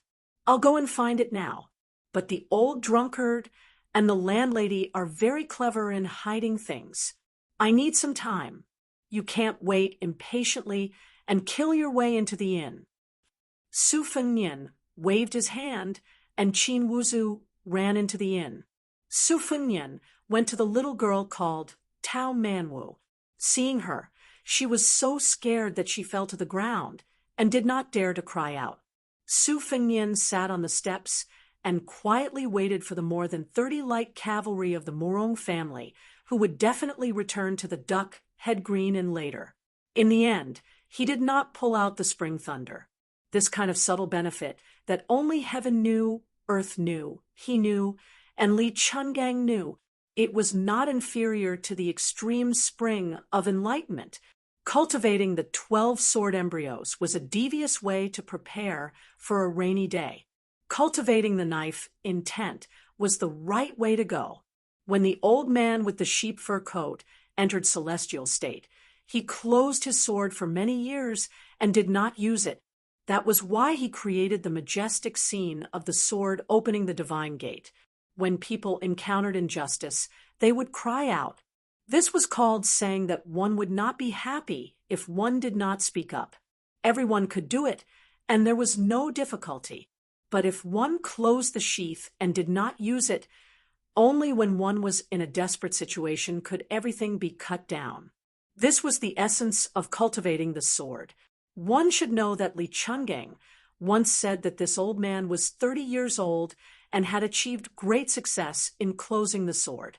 He only felt that there were thousands of sword intents in his chest. When he opened his mouth, he could turn the world upside down. Chapter 433. How could Su Fengnian not yearn for it? He was a dignified prince with a hereditary title. Instead of enjoying the splendor and riches, he insisted on traveling alone through the northern Mang. Did he not have the thought of forcing himself into a desperate situation step by step to nurture a blade? Were it not for his extreme admiration for the old man wearing the sheepskin fur coat at the top of Yanhui Pass city wall, facing the female devil Huang Baozhuang, who had spat out the pearls and insulted Li Chungang, Su Fengnian made a gesture of grasping the saber hilt, which was definitely asking for death. Unfortunately, this respect, even when he was about to part with the sloppy old man, he did not say it out loud. Su Fengnian took down the spring thunder and rested it on his chin. He mocked himself, pretentious. At some point, the inferior horse had arrived at the courtyard of the inn that was no longer blocked by the city walls. It lowered its head in front of his royal highness and rubbed against its master. Su Fengnian reached out to stroke its mane. He laughed and scolded, "Brother, today's matter is all your fault." But it was a blessing in disguise. I didn't waste those few dozen taels of silver. Qin Wuzu clenched a yellowed ancient book. Behind the door, he was in a dilemma. In the end, he did not have the courage to use that move to take down this person, who was even more terrifying than a demon. He obediently came to the bottom of the steps and presented the snake swallowing an elephant secret manual with both hands. Su Fengnian quickly flipped through the pages. He did not raise his head. He asked, "Qin Wuzu, how are you going to deal with those girls who hid with you in the cellar, especially the one called Cherry?" Qin Wuzu's mind shook. He lowered his head and did not speak. Su Fengnian tore off half of the secret manual and put it in his pocket. He threw the first half to the swarthy youth. "This half of the secret manual is to save them." Qin Wuzu accepted the secret tome that allowed the old drunkard to become the 10th person of Northern Mang's demonic path. His shrewdness could not conceal the wild joy in his eyes as he asked with reddened eyes, "If I kill a woman other than Sister Cherry, can the young master give me a few more pages?" Su Fengnian shook his head. "No." Qin Wuzu's eyes gradually hardened. The little girl called Tao Manwu seemed to have a keen intuition for people's aura. She was so scared that she took a few steps back. She was clearly scared of Su Fengnian, but she still hid behind him. In the second floor, when she noticed her mother's abnormality, she also chose to stand behind the unfamiliar Su Fengnian. When Su Fengnian was about to personally witness humanity being drained away bit by bit, he smiled and said gently, "I won't force you to kill the woman you like. I have half a manual with me. There are 84 pages. Later, the Morong clan's cavaliers will attack us. If you kill one cavalier, I will give you 1 page of the manual. It's up to you whether you want to do this deal or not." Soldier Qin gritted his teeth and said, "I'll do it." The frightening sound of horse hoofs could be heard. The little girl's face was as white as snow. She squatted at the side and gently pulled Su Fengnian's sleeve.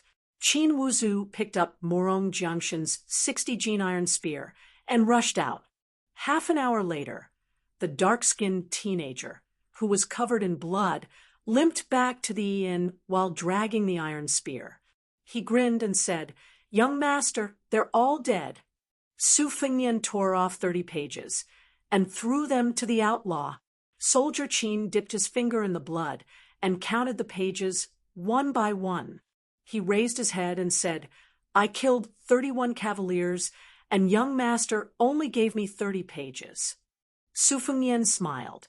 Soldier Qin shuddered and lowered his head. He was as quiet as a cicada in winter. Su Fengnian stood up and walked back to the inn. He said softly, "Help me find some clean clothes and put some money in them. I'll wait for you in the room." "Oh, right. When I come back, remember to bury Innkeeper Xie and Lady Boss together. Also, find a coffin in Luzhou to bury the child's mother. If the day comes when you need the rest of the secret manuals, go to Beiliang and find a general called Huangfu Shi. As for revenge, I won't stop you if you have the courage. But when the time comes, you have to think about what will happen to you. In the room, Su Fengnian changed into the same simple black and white clothes. He had to admit that Soldier Qin was a very clever teenager. Su Fengnian handed a heavy bag of silver to Tao Manwu. The child pitifully held the bag with both hands and kept silent. Su Fengnian said calmly, "Tao Manwu, if you want to live, the first thing you need to know is that only by working can you have food to eat." The bag of silver was too heavy. The child hurriedly bent down to hold it. Then Tao Manwu, who had a very ungraceful name, suddenly cried out, "You're a bad person. I'll let Uncle Dong beat you." Soldier Qin, who was listening at the door, rolled his eyes. This little kid didn't know the difference between life and death. Wasn't he looking for death? "I haven't learned the secret manuals. I won't find trouble with this guy in my life." Su Fengnian was stunned for a moment. He stared at the child's lively eyes and said with a smile, "Okay, when I find a suitable time and place, I will send you to the place of Fatty Dong, who I have heard of before I met him." The little girl suddenly let go of the bag and covered her eyes. She sobbed, "I didn't see your face. Don't blind me." Su Fengnian's heart tightened as he sighed quietly. He reached out his hand to rub the little girl's head and said softly, "If I had reached the point where I felt apologetic towards a child, then I would have died in northern Meng. I know you are very smart. You have a talent that I don't know. You should know what is true and what is false." The little girl, Tao Manwu's fingers that were covering her eyes loosened slightly. When she saw the smiling face, she hurriedly closed her eyes, but she nodded. Su Fengnian patted her little head and said, "We should go. Take the luggage, or there will be no food. If you don't work and starve to death, you can't blame me." Soldier Qin looked at the big and the little girl walking out of the inn and only felt confused, especially the young master with the saber, holding the little girl and riding away in the sunset. Soldier Qin was in a trance as if he was in a dream. Soldier Qin shivered. He touched his chest where half of the secret manual and 30 pages were hidden. He hurriedly trotted to the cellar and murmured, "I have survived today. I don't believe that I will have no future in this life." Stopping abruptly, the tanned youth no longer ran towards the cellar. Instead, he went up to the 3rd floor and climbed up the ladder from a small storeroom to the roof.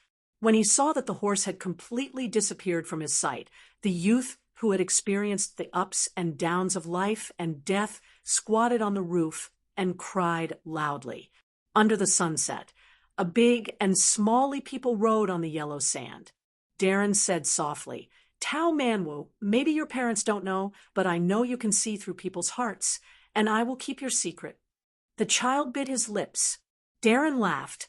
"I like that ballad very much. Sing it. If it is good, I will let you see Uncle Dong earlier." The child turned his head and glanced at him. He turned his head and said hatefully, "You are lying." Darren laughed. The child's eyes were red. He said to himself, "I want to sing to my parents. Can they hear me?" Darren said softly, "I don't know, but if you don't sing, they definitely can't hear you." The child's voice was still ethereal and clear, but because of the crying, it became more and more sad. "The green grass grows next year.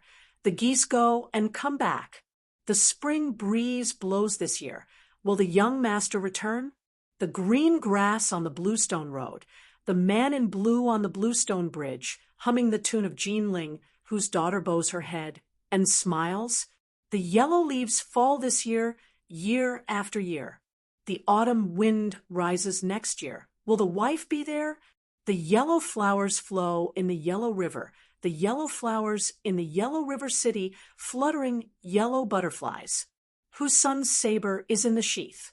Chapter 434. It wasn't easy for Su Fengnian to finally have a kind heart in the eyes of the world. Not long after, Su Fengnian wished he could slap himself twice. It was really not right for a man to bring a child along. Even when she was hungry, she didn't say anything. She just blinked her eyes and looked at Su Fengnian pitifully. Even when but hurt from sitting on the horse, she didn't cry or make a fuss. She still turned her head to look at Su Fengnian with tears in her eyes. If they were to lead the horse together, according to the rules, she would have to carry a heavy purse with no place to spend one tael of silver. Her small hands were red and swollen. When she slipped and fell on the ground, she just silently picked it up. She couldn't lift it, so she just carried it on her young shoulders. When she fell, she didn't cry out in pain. She just stood up and continued to carry it. How long would they take? If Su Fengnian was alone, he could only deal with the horse in the wilderness at night. However, now that he had Tao Manwu, Su Fengnian had to take out 2 sets of clothes. One set was for her to cushion her, and the other to cover her. Most importantly, this child didn't sleep well and always kicked around. If it wasn't for Su Fengnian feeding the flying sword every 2 hours, this girl might have been half frozen to death after one night. A few days later, Su Fengnian couldn't stand this stubborn little girl anymore. He had to let her sleep in his arms at night. He didn't even have to deal with the great demon king Xie Ling. Therefore, when His Royal Highness finally saw Flying Fox City in the heart of Dragonways Prefecture and saw the hanging sword pavilion on top of the city wall, he felt relieved. It should be known that when His Royal Highness was young, he loved to pick up his younger brother's feet and throw him around in the snow. Otherwise, he would play with his elder sister. Huang Manor obviously liked it more. Every time he was pulled out of the snow by his elder brother, he would always have a bright smile on his face. The 3 siblings never got tired of it. Only his second sister, Su Weisheng, stood alone in the distance and looked on coldly. She was precocious, so she probably disdained to play such childish games. However, she would occasionally have a snowball fight, provided that she fought with Su Fengnian against Su Longxiang and Su Jihu. Su Jihu's body was relatively weak, so Huang Manor was instructed by his elder brother not to use too much strength. Therefore, he would always return in defeat. At this time, Su Weisheng was satisfied. She raised her sharp chin and clapped her hands. She had a cold expression, but the corners of her mouth curled up and said that she was going to read military books. After she left, Su Fengnian and Su Jihu would look at each other and smile without saying anything. Huang Manor, who was happier to be beaten than to be beaten, didn't understand anything. He just smiled foolishly with his elder sister and brother. Ever since they had bypassed Lu Sheng, and especially since they had brought Tao Manwu along, Su Fengnian was often in a daze. Perhaps he was squatting on the side of the widened official road, or looking at a newly built relay station in the distance. Perhaps he was standing on a high place overlooking the vast wilderness. He would even stop when he found a nameless lake with irrigation tools imported from Jiangnan. In the end, Tao Manwu was only a naive child of 6 or 7 years old. It was already not easy for him not to cry to death because of his parents' death. However, she could easily see through people's hearts and see the true emotions hidden under all the darkness. She knew who had evil intentions and who had a cold face but a warm heart.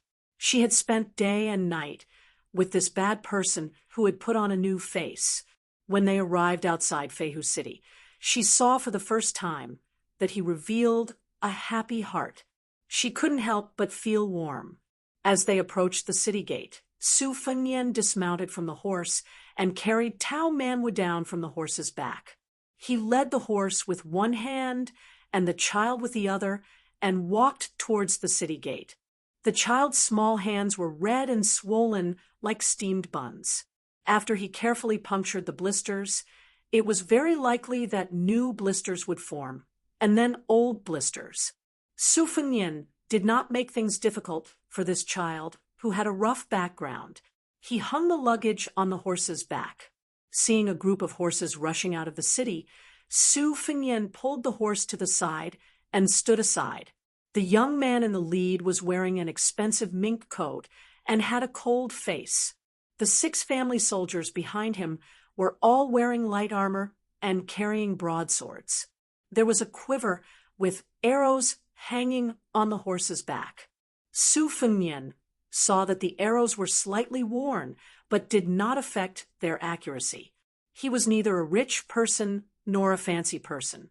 Therefore, he thought highly of this son of the Beimang family of generals. The city gate guards who had been making things difficult for the common people immediately bowed and watched them leave with a smile. There was no ridicule or jealousy in their smiles, only awe. The sharp-eyed guards at the city gate had checked the travel permit for leaving the village. When they saw Su Fengnian's inferior horse that was not even worth mentioning, they lost their interest in plucking the feathers from the goose that passed by and generously let him pass. Passing through the dim and cool city gate, Su Fengnian subconsciously raised his head to look and smiled. He did not even know whether Miss Hehe was alive or dead. How could she stick to the top of the cave like a gecko and give him a blow? Back then, Su Fengnian was actually vexed about this kind of unexpected surprise, but he also had a kind of morbid expectation and gratitude. At that time, he had the immortal Li Chungang by his side, so His Royal Highness did not have the opportunity to make a move. Only Hehe, who had always regarded the top 10 experts in the world and the land immortals as nothing, stalking whoever she wanted to kill like gangrene attached to the bone. This was undoubtedly a spur to Su Fengnian. However, he still did not understand why she would still bear the fate disaster for him in the end if she had mercilessly tried to kill him in the reed marsh without the slightest bit of exaggeration. Passing through the city gate, Su Fengnian was full of self-mockery. Was it because he was too heartless that he could not understand the exquisite thoughts of those outstanding women? Take Sweet Potato of Wudong Garden, for example. He only realized her identity as a death warrior after practicing his saber skills.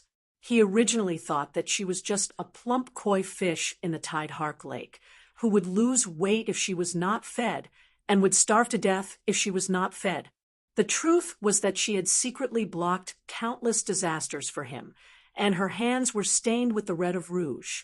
Perhaps the moment before he slept on her lap, she had just killed a few moths that had snuck into the prince's mansion and crushed them like a wick.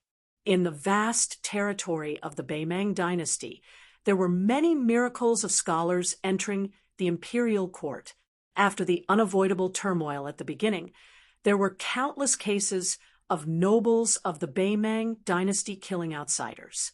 There were even cases of hundreds of people being killed.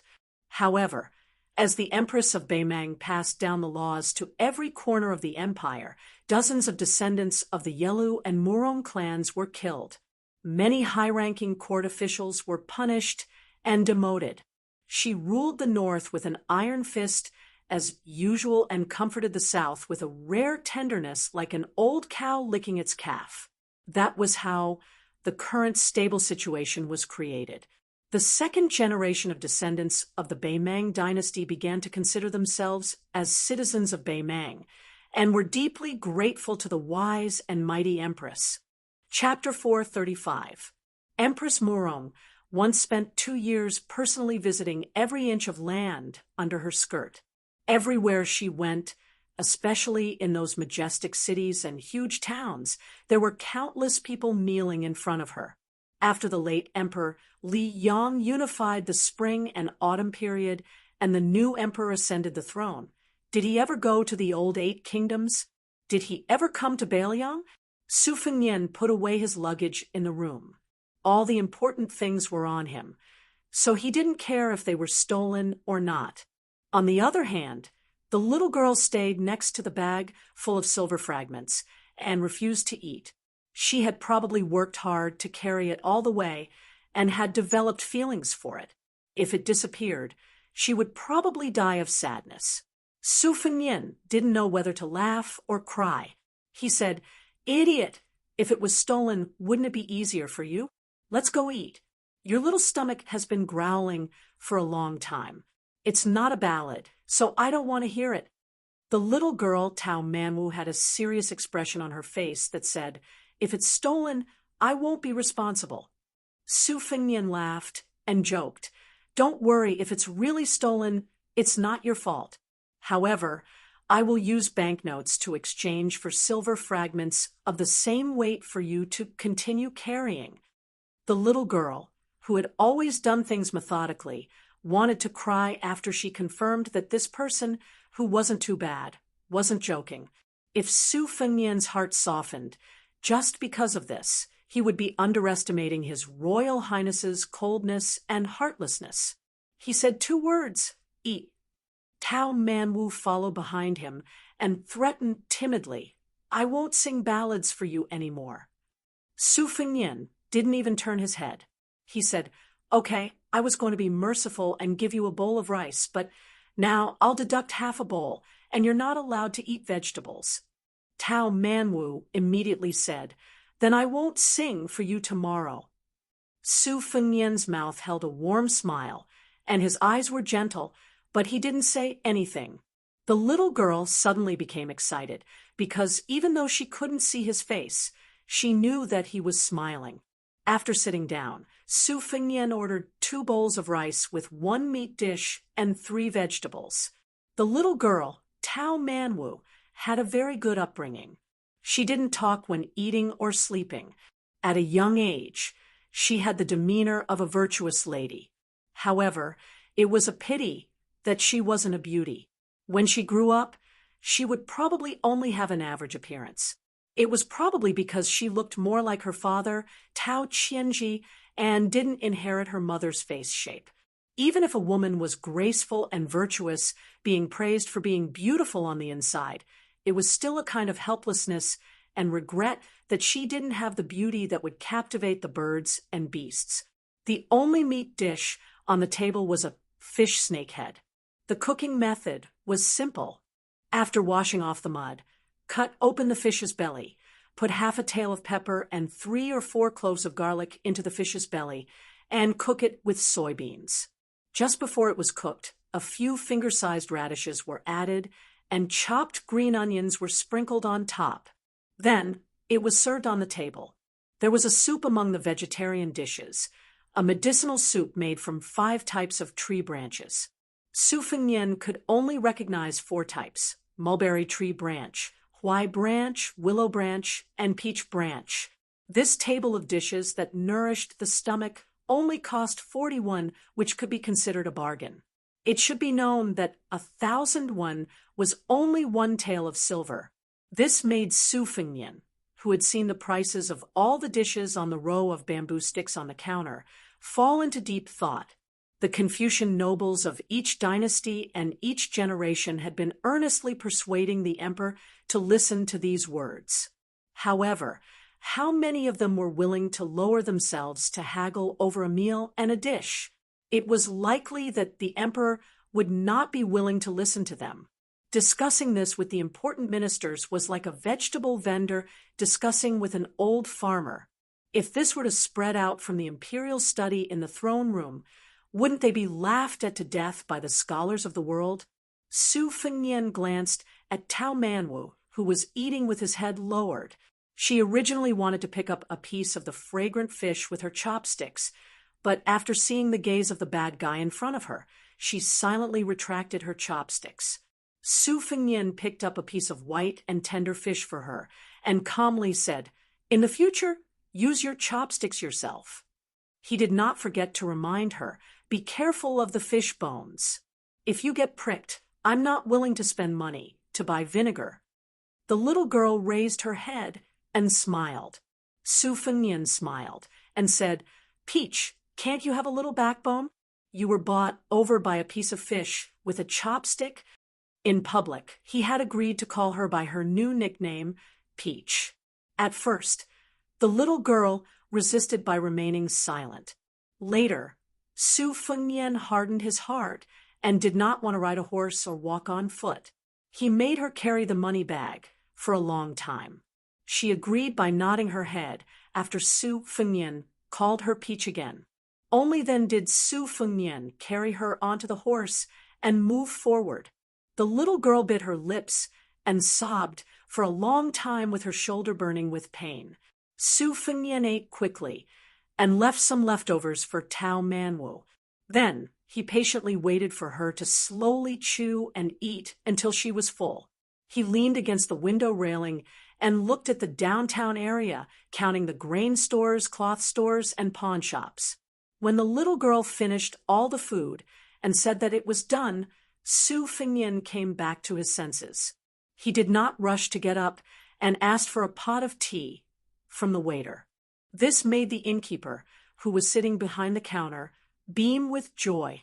A pot of tea was not very profitable, but looking at this young master's attitude, it was obvious that he would spend a lot of money on the inn. This was called small streams flow long.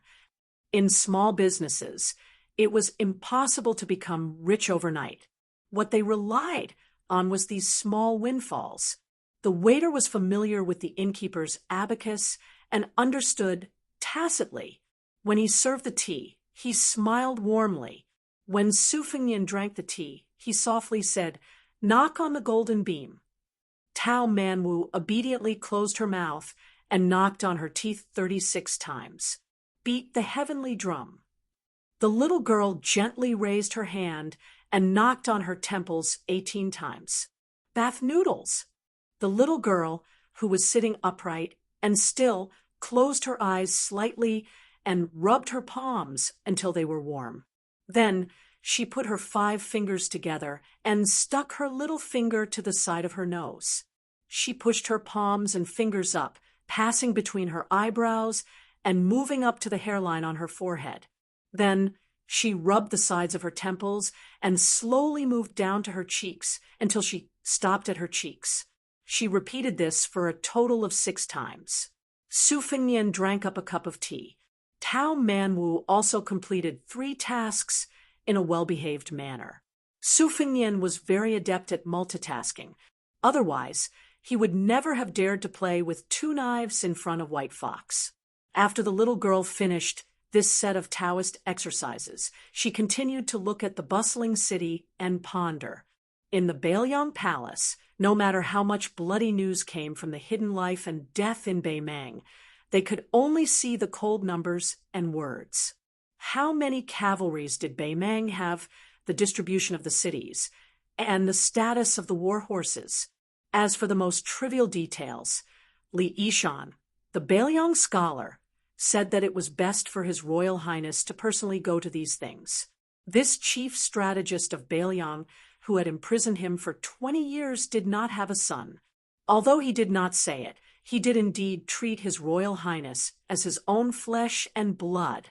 However, he still agreed with His Royal Highness to be exiled to Beimang. As elegant as Li Yishan was, he also gritted his teeth and cursed, saying that a gentleman would not stand on a collapsing wall, and that Beiliang did not need a gentleman king of Beiliang in the future. It could be seen how serious his wariness towards Beimang was. Su Fengnian still clearly remembered that when he handed over the hand-drawn geographical map, Li Yishan, who never admitted to being his master, was silent. He, who was terminally ill and did not have many years left to live, said at the end to go get 2 jugs of wine. Today, he was going to drink with the scenery of the 3,000 miles of mountains and rivers. This was a man who had once cooked with Xiao Chongling, using half of the country as food to go with wine. Chapter 436. Su Fengnian went to Luqing to kill people, but he came to Flying Fox City to look for someone. This was because Su Xiao wanted His Royal Highness to pass a message to that person. However, Flying Fox City might not be big, but it was definitely not small either. Su Fengnian was unfamiliar with the place and the people, so it was extremely difficult for him to find a needle in a haystack. The business of the restaurant was cold and cheerless. Su Fingnian caught a glimpse of the inn's waiter, who was probably tired of watching beautiful women coming and going outside the window, so he sat down at the next table and dozed off. He tilted his head and covered his face with a wet towel to cool down the heat. Su Fingnian was wondering if he should ask for another pot of tea so that he could ask questions. Unexpectedly, the fat innkeeper, who was observant, took the initiative to bring a new pot of tea over and sat down. He said with a smile, "You are a guest, and it is fate that we meet. This pot of tea is a gift from me to young master. I don't want to pay for it. The tea leaves are Pre-Ming Ming tea from the old southern tang. Usually I am reluctant to drink it, so there are only 8 or 9 taels left. However, no matter how reluctant I am, it will give off a moldy smell if I put it down. Seeing that young master is so kind, would you like to have a drink with me?" Su Fingnian hurriedly smiled and said some polite words of gratitude. Although Tao Manwu was a little girl with a good family background, she was not lacking in etiquette. Without Su Fingnian saying anything, she obediently and cleverly got up and moved a bench for the shopkeeper. The shopkeeper felt more and more comfortable. After sitting down, he poured 3 cups of tea and did not forget to give a share to the sensible girl.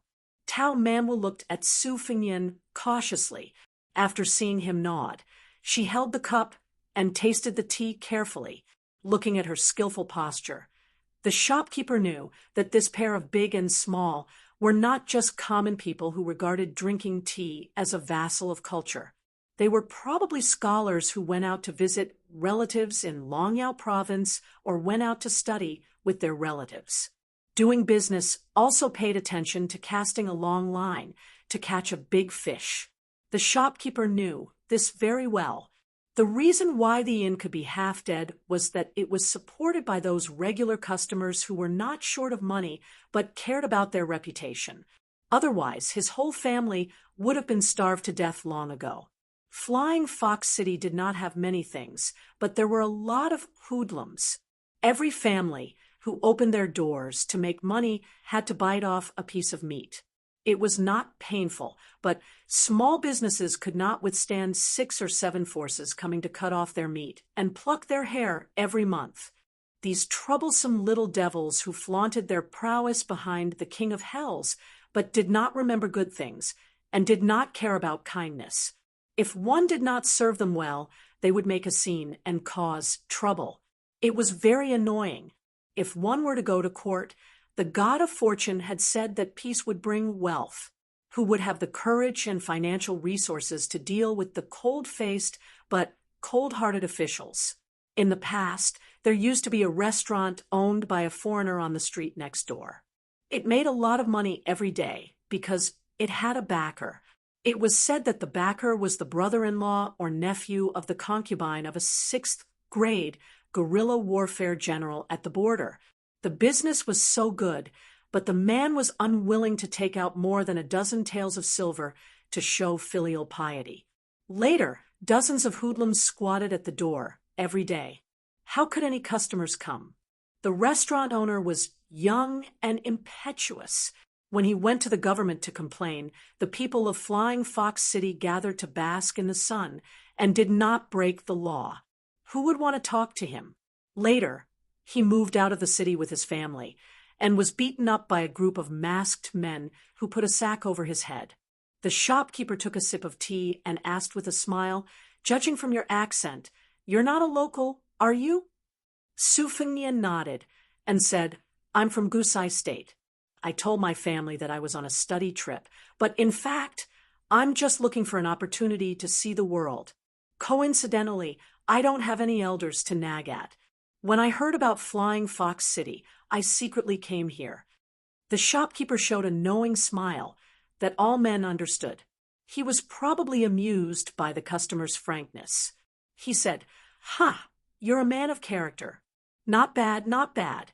There are 4 strange things happening in our Flying Fox City, And one of them is that the bitch flying fox is very loyal to her friends. Her words are very crude, but they are the truth. If young master wants to go, I can recommend a few brothels. Jiangbo brothel is undoubtedly the most famous one. You can easily get 100 taels of gold and silver for a night. The high officials and dignitaries of Longyao province all like to drink there. If they run into trouble and can't find a way out from the government, they are used to waiting there. In my opinion, the big brothels in Jiaqing's Bottle Alley are more affordable. The women there are beautiful, and they are proficient in zither, chess, calligraphy, and painting. However, they don't have enough reputation, so they don't have the confidence to shout out sky-high prices. Many young girls, as long as they have good lyrics and songs and have scholars to help them promote, they might become popular people in Feng Feng brothel in a few years. I know an old brother who spent 40 taels of gold and silver for a night with a young girl in Bottle Alley. Young master, guess what? Now, he is the most popular person in Feng Feng brothel. Young master, you are the most popular person in Feng Feng brothel. I know an old brother who spent 40 taels of gold and silver for a night with a young girl in Bottle Alley. Young master, guess what? He is now the most popular person in Feng Feng brothel. She is now a famous lady in Feng Feng brothel. Let's not talk about doing anything else. Just meeting a group of people and listening to songs costs 10 taels of silver. Although my brother's family is well off, he can't afford her anymore. If young master has an acquaintance to show you the way, it will only cost 20 or 30 taels of silver a night. Hey, look at old son's broken mouth. Anyway, if young master wants to go and return in high spirits, you should go to Bottle Alley first.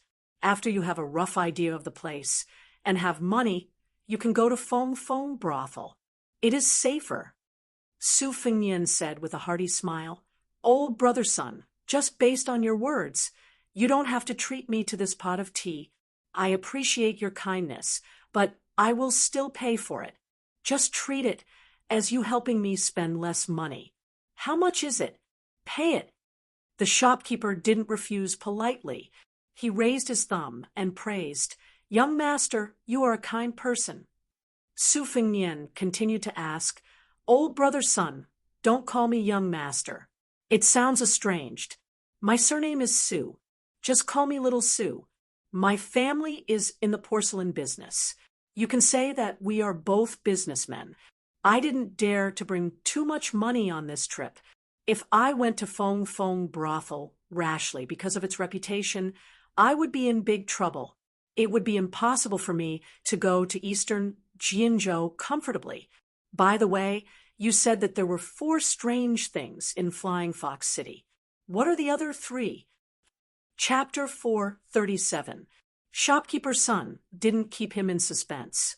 He said, other than the fact that we have a unique environment that nurtures different people, the women in the city are born with good potential. If you enter the city through the main entrance, you'll see a sword pavilion. I heard that every double ninth festival, you can hear the sound of hundreds of swords clanging together. It's just that common people like us can't go to the top of the city wall, so I don't know if it's true or not. The 3rd thing was that old son had to expose his own shortcomings. In the Flying Fox City, all the men in the city were content with their wealth. In the 100 years since the establishment of the city, there had never been a single high-ranking official who could bring glory to the family.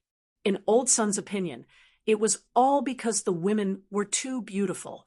They had a fair and tender wife lying in their beds, and there were so many brothels outside their homes. They were already exhausted at night. How could they have the energy to compete with outsiders for an official's position during the day? Brother Su, look at me, old son, for the rest of my life. I have no qualms about guarding this family business. As long as I don't have to worry about food and clothing, I don't have the heart to earn big money. Usually I just like to pick some good tea leaves to taste, drink some wine with my old brothers, and chat with the women in the streets and alleys. What kind of future can I have?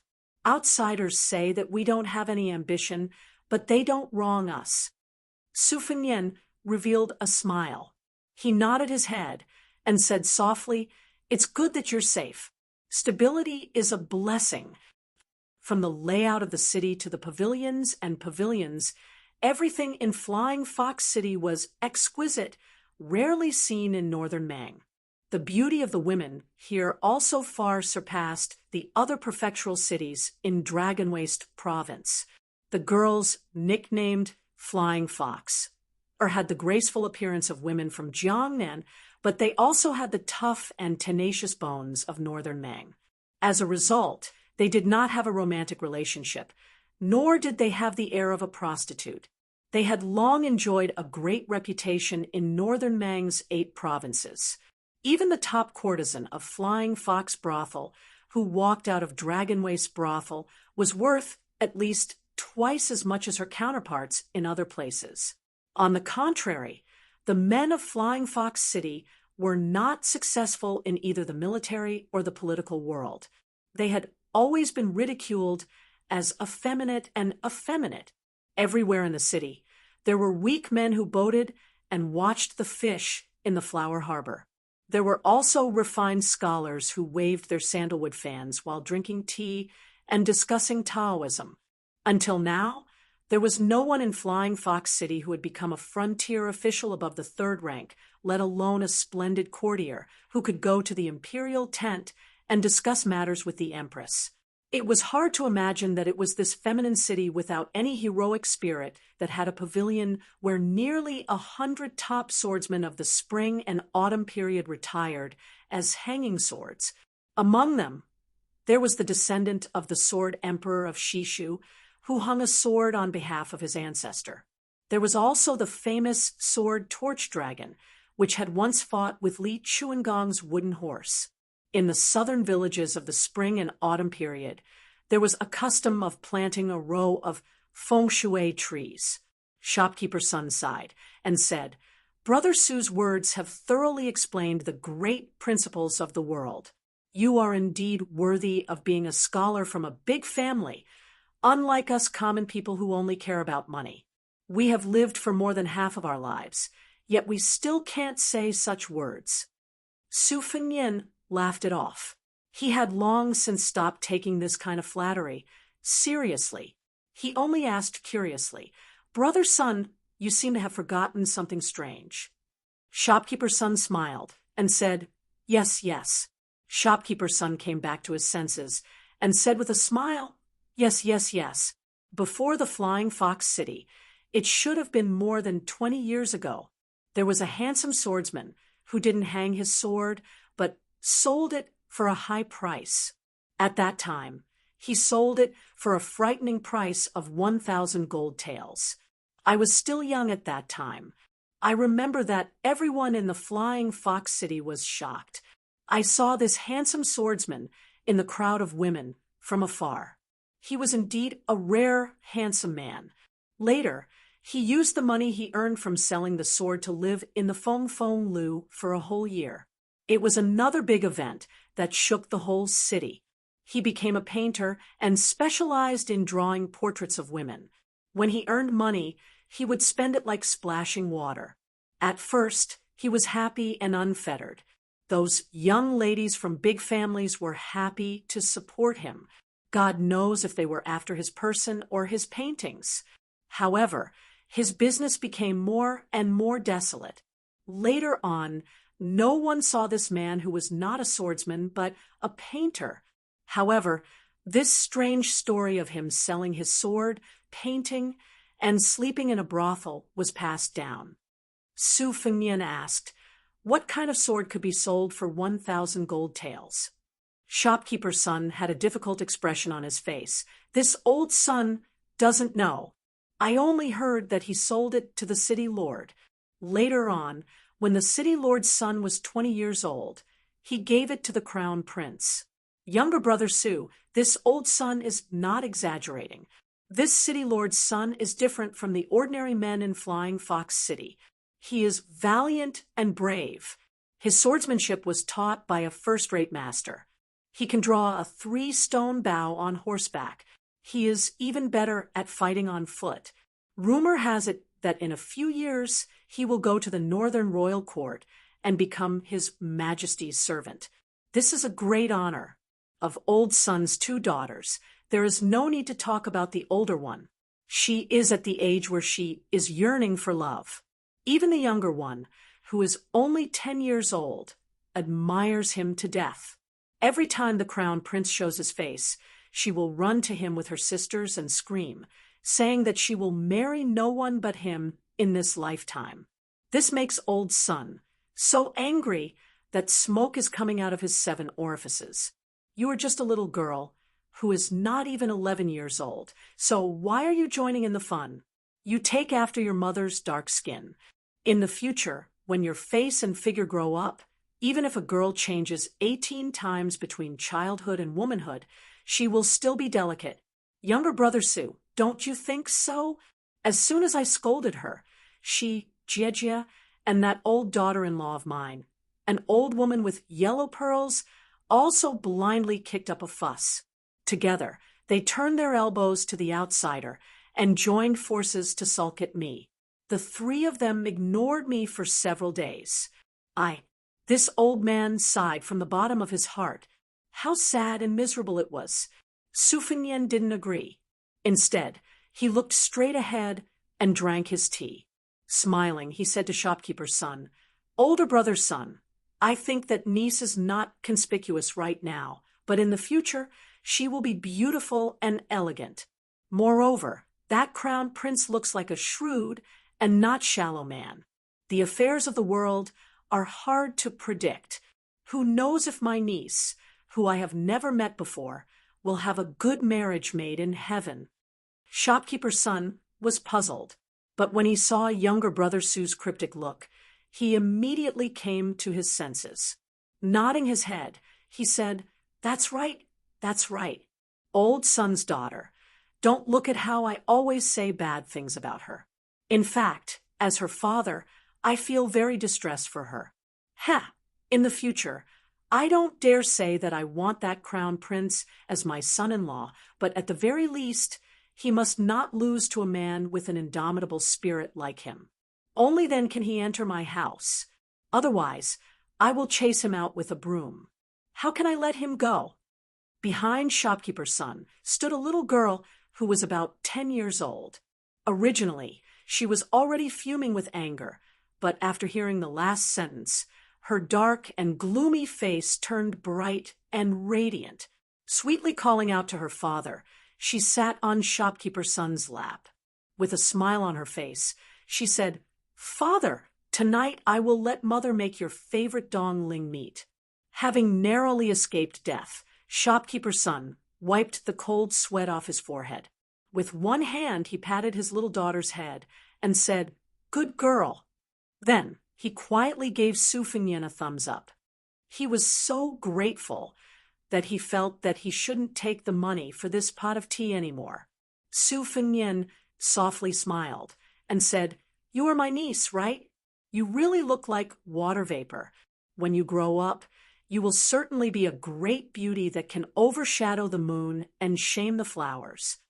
The little girl gave a heavy end sound, and then happily said, "Unfortunately, you are too old, and your looks are not as good as Crown Prince Tantai's. I don't like you." Su Fengnian was speechless. His Royal Highness was pierced by thousands of arrows. It's a little late. There is one more chapter before midnight. Chapter 438. His Royal Highness, naturally, had no affinity with being handsome. His pair of red phoenix eyes, which added a feminine touch to his appearance, allowed him to walk in Flying Fox City. Even if he wore a saber, he would still be able to match the temperament of the city. However, this was the first time in his life that he had been called old by a little girl, and he still didn't know whether to laugh or cry. Shopkeeper's son laughed heartily as he tried to smooth things over. He said twice, "Don't take offense, little brother." The little girl was probably most afraid of being treated like a child, so he gently added another jab, saying that he wasn't good-looking. A warm, sunny afternoon passed by in the time it took to drink a few cups of tea.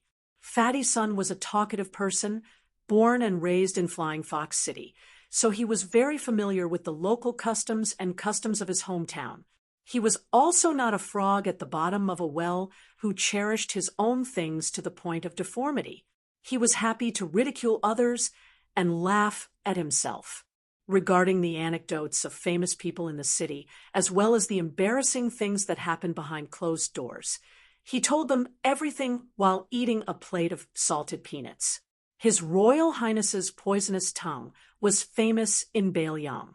He had made fun of almost all of the important border officials who went to the prince's mansion to wag their tails and beg for pity. However, those old foxes who held power in their hands all pretended to be stupid and didn't care about it, nor did they dare to get angry. Some of the less courageous ones didn't find it shameful and instead took it as an honor. When they returned home, they would tell their friends about it. Over time, it was as if anyone who hadn't been hurt by His Royal Highness's ridicule wasn't a trusted aide of the King of Baelyang. So they started to look down on him. This made many of the outstanding officials of the younger generation, who hadn't made any military achievements during the spring and autumn period, privately criticize him and feel ashamed to be associated with him. In this regard, the young crown prince, who had only talked about it for fun, could only smile bitterly. Ever since he returned from his first journey, he had restrained himself a lot, especially after his best friend, Yen Chiji, and his family fled far away from northern Liang. He could no longer hear the crown prince's sarcastic words. This made Li Gongda, the new administrator of northern Liang, feel uncomfortable all over. This afternoon, Su Fengnian sat across the table and chatted with the old man who had no ambition and only wanted to live a simple and prosperous life.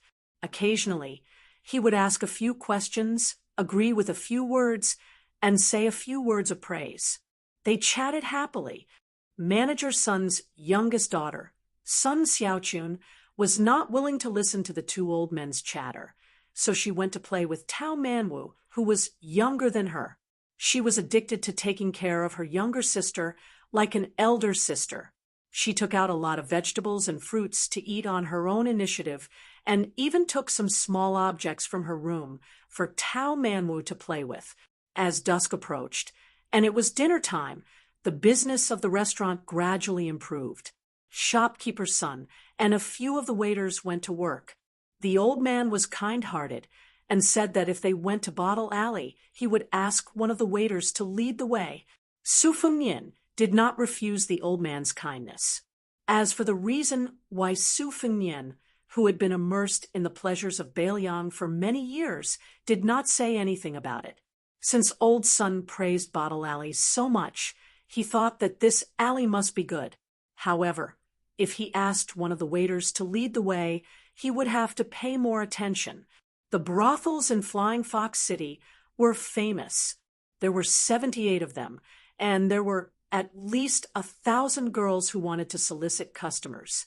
In the brothels of lower quality, the procuress could bring the girls to the street shamelessly to solicit customers. However, brothels like Bottle Alley were not allowed as it was too demeaning. It was a taboo that upper-class brothels had to be wary of. Therefore, there were marriages between the brothels in the city and the inns and restaurants in the city. The brothels with bulging money could be divided into a few taels of silver after the deed was done. Su Fengnian had wandered in the pleasures of life for many years, and His Royal Highness did not have to worry about money. It was impossible for him to spend the whole night fighting with girls who were worth hundreds of taels of silver. He drank tea and chatted with the courtesans or their personal maids. Therefore, he knew these secrets that were not hidden. Su Fengnian knew quite a lot about the down-to-earth and murky affairs of the upper-class people. As for the family scandals of the so-called virtuous men, if Su Fengnian told them openly, he could fill a dozen baskets with them. This was not hearsay. His Royal Highness had seen and heard it with his own eyes. As the playboy head of Bailiang, he was not boasting. Su Fengnian's disdain for the sons of the aristocratic families and the scholars of the landowning clans could be considered reasonable. However, he had walked a lot of paths in the past few years, so he was no longer inflexible. When they were ordering dinner, manager Sun chatted with him for the entire afternoon. In the end, he did not even accept the money for his tea. Su Fengnian thought about it and ordered a few more expensive meat dishes. At noon, he ordered 1 meat dish and 3 vegetables dish, leaving only the delicious 5 sprouts soup. In the afternoon, he specifically asked about the 4 sprouts of mulberry pagoda and willow peach tree. Only then did he know that it was the unknown fox tree. Flying Fox City got its name from this tree. Every summer, the flowers would be as large as snow, and the fragrance of the flowers would fill the streets and alleys of the city. After the meal was improved, Tao Manwu ate happily. However, the little girl was shy and did not have the nerve to ask for another bowl of rice. It was probably because Manager Sun had talked to a young waiter. After all, it was human nature to think about sex when one was full and warm. When he saw that Su Fengnian's table was almost done eating, he ran over to greet him. From the looks of it, he was going to take him to Bottle Alley. Moreover, the waiter seemed to be even more excited than a certain person who had spent money to buy sex. Su Fengnian did not want to disappoint him. Using the vulgar words from when was hometown, a young fellow's buttocks were as hot as pancakes. If he held it in for too long, it was easy to get hurt from holding it in. For the waiter, if he could go to a place where every oriole and swallow was as beautiful as a fairy, even if he could only look at the willow branch waists and peach blossom faces from afar, he would not be able to sleep at night. The sturdy waiter called himself Li Lu. He was the 6th child in his family, so Su Fengnian could just call him Lil Lu. When Li Lu saw that Su Fengnian actually wanted to take the little girl next to him to visit a brothel, he felt that it was inconceivable. However, he did not say anything. A horse would not get fat if it did not feed at night. As long as he could bring an unexpected fortune to the inn, the manager would be happy. Not to mention a raise in salary, but a reward of meat dishes would also be a good thing. Furthermore, the fairies there were all extremely beautiful. Even their walk was beautiful. There was no justice in this world. Every time they swayed, their buttocks became even rounder, and their breasts became even more spectacular. It was enough to shake his soul away. Otherwise, how could they be so powerful? They were just like the fox demons that the storyteller had described. Li Lu did not mention this to anyone, afraid that he would be called ignorant. Chapter 439.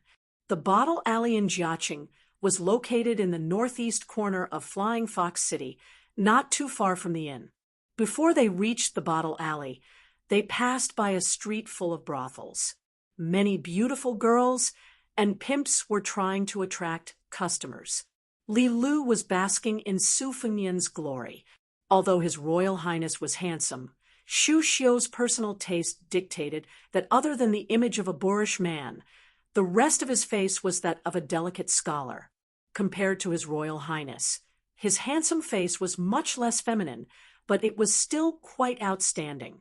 Moreover, Su Fengnian was tall and slender, dressed in a white and black robe, clean and fresh.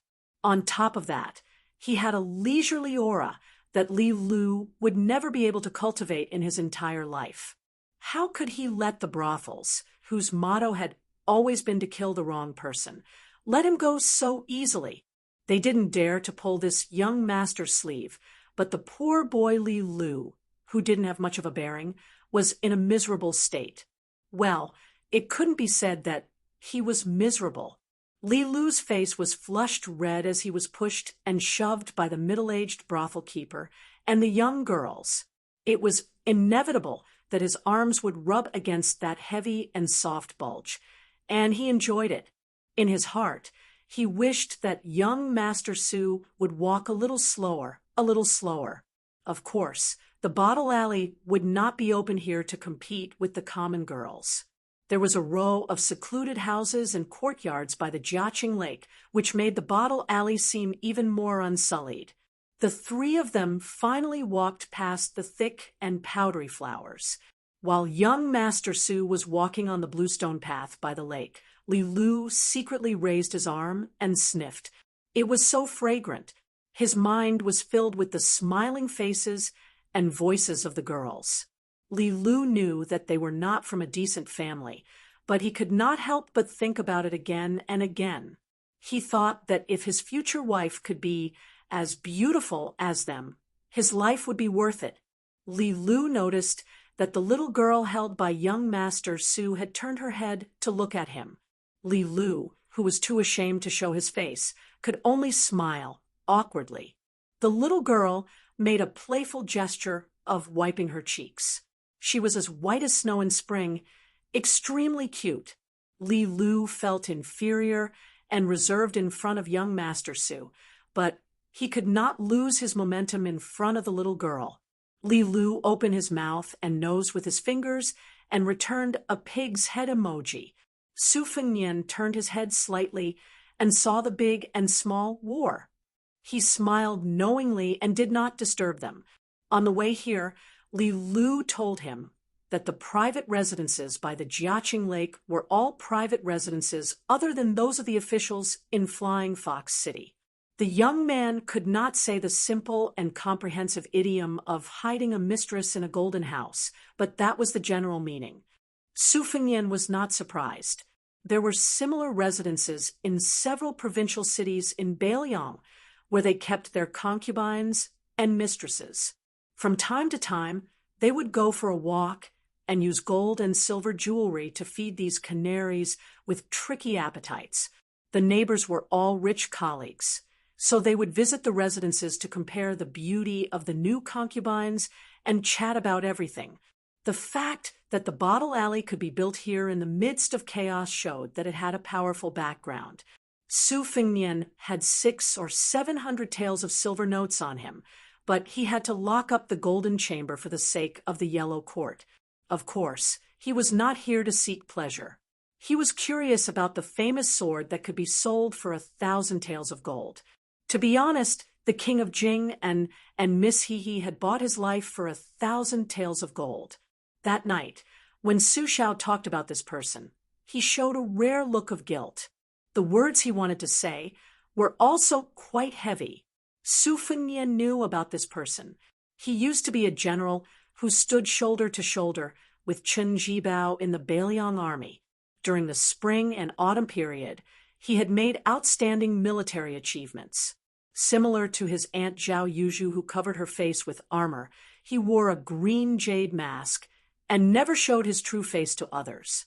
Apart from his strange ways of leading troops, this man, whom His Royal Highness had to address as uncle, was also a peerless swordsman.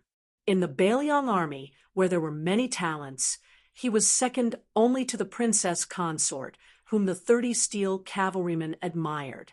This old man, Li even casually mentioned that this young man's swordsmanship was blunt, but not blunt. He was the most talented person that this old man Li had ever seen in his life. He was like a rich young master who had so much money that he did not know how to spend it, so he could only squander it casually. It was a pity that the will of the sword was too emotionless, so the way of the sword was not obvious. In Su Fengnian's opinion, only a swordsman who could be evaluated by the sword god Li Chungang in such a way was qualified to call himself a romantic. Since the hanging sword pavilion was not open to outsiders, he had to start by selling swords for 1,000 taels of gold. Since this person had changed from a handsome swordsman to a romantic who painted and slept in brothels, going to the brothel to ask someone was a shortcut. Originally, the bottle alley was not as good as the Fengbo restaurant.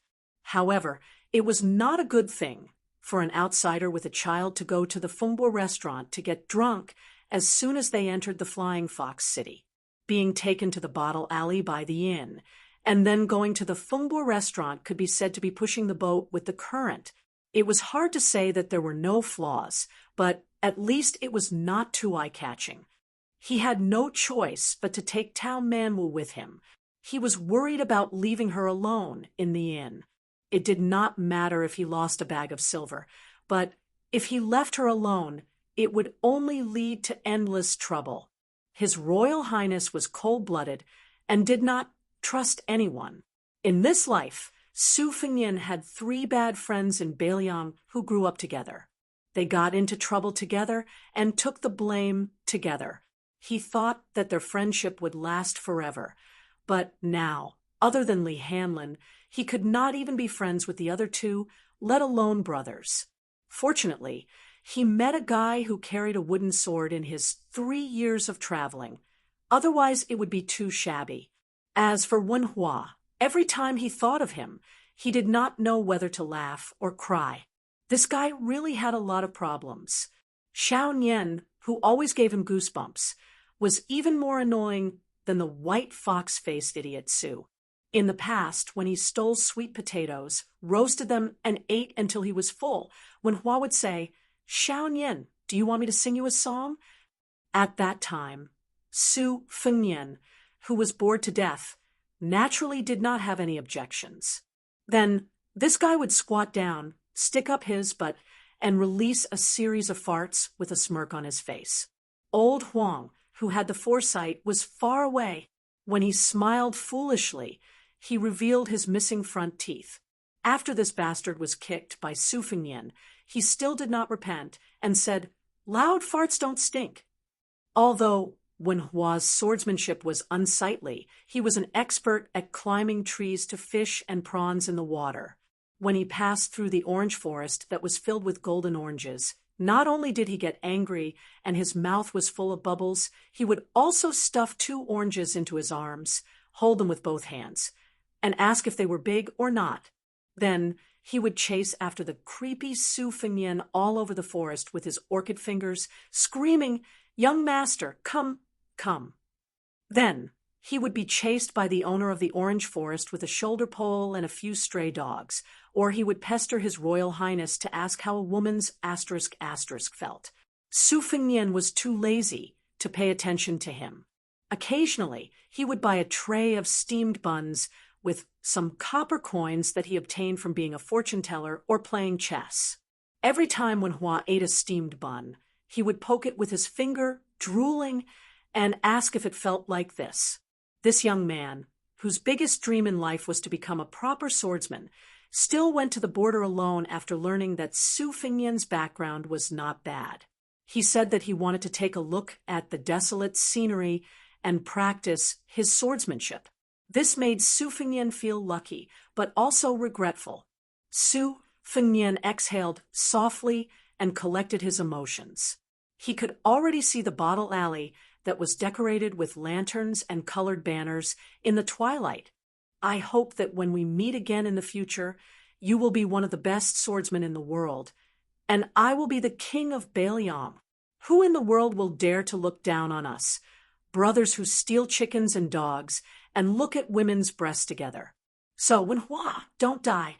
Neither of us should die in a foreign land." Chapter 440. There were 4 brothels by the lake in Jiaqing's bottle alley, and the number of them could be counted with one hand. However, no matter how one looked at it, they seemed to be incompatible with each other. Nevertheless, they had already reached the realm where experts could kill without leaving a trace.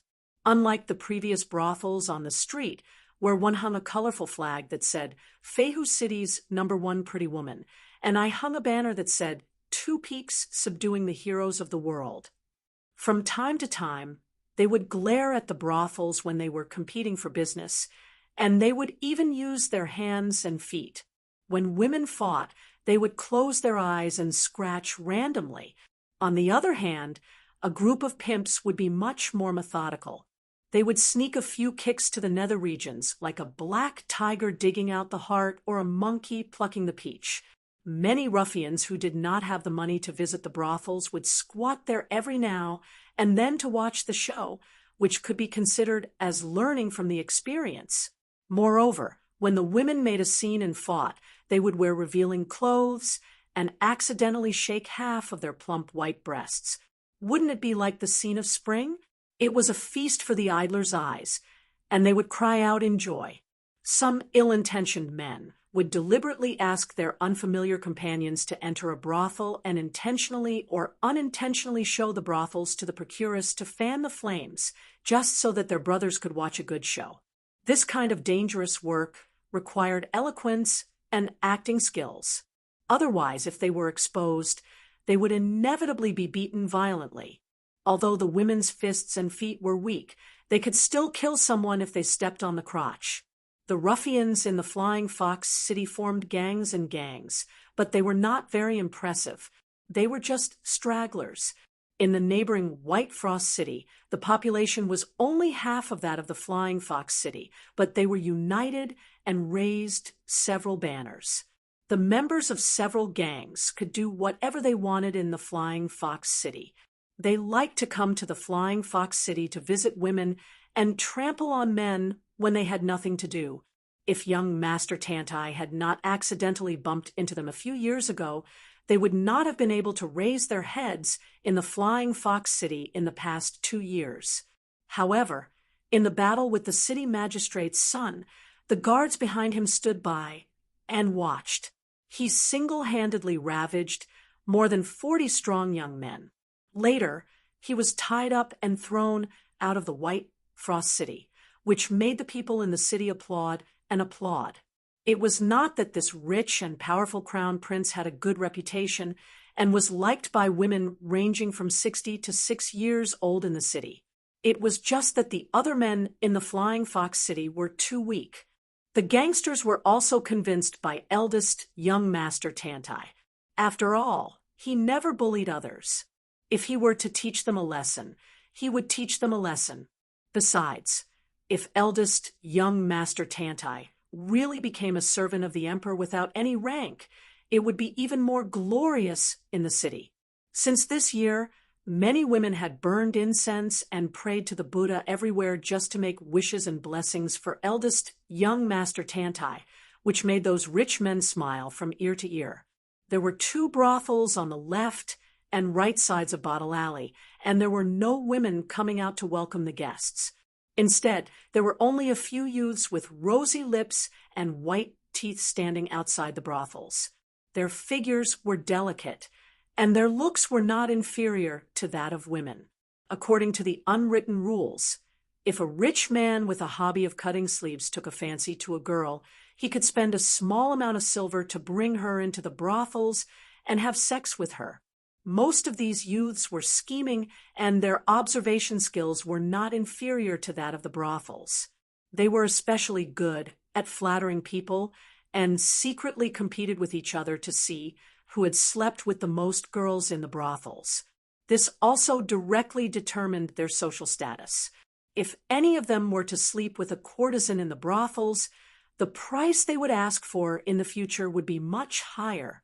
After all, there were many brothels who couldn't afford to pay, but wanted to know the size of the courtesan's breasts and how many of her buttocks were perked up. Su Fingnian was led by Li Lu to a brothel that had a huge luminous pearl hanging from each corner. From afar, he saw this extravagant display. Because of the quality of the pearls, there was a huge difference in price. However, all luminous pearls were at least 30 gold taels, not to mention that the 4 luminous pearls were so dazzling that even Su Fingnian was shocked.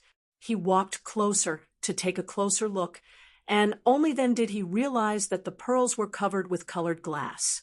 However, this brothel's financial resources were strong enough, and the way they were promoting the scene was ingenious. An arrogant and handsome youth slightly raised his chin to Li Lu. He knew that manager's sons would be recorded in the accounts, and a bonus would be sent to him at the end of the month.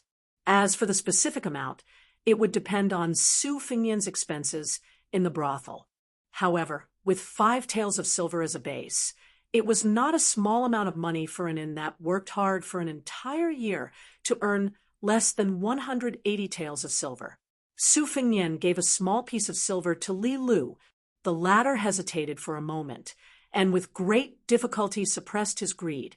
He shook his head and waved his hand. He was afraid that his soul would be hooked by the silver, and when the manager found out, he would be beaten up, so he quickly turned around and ran away. Su Fengnian did not stop him. He took out a few pieces of silver and threw them to the youth, who had already sized him up from head to toe. This silver was not given out blindly.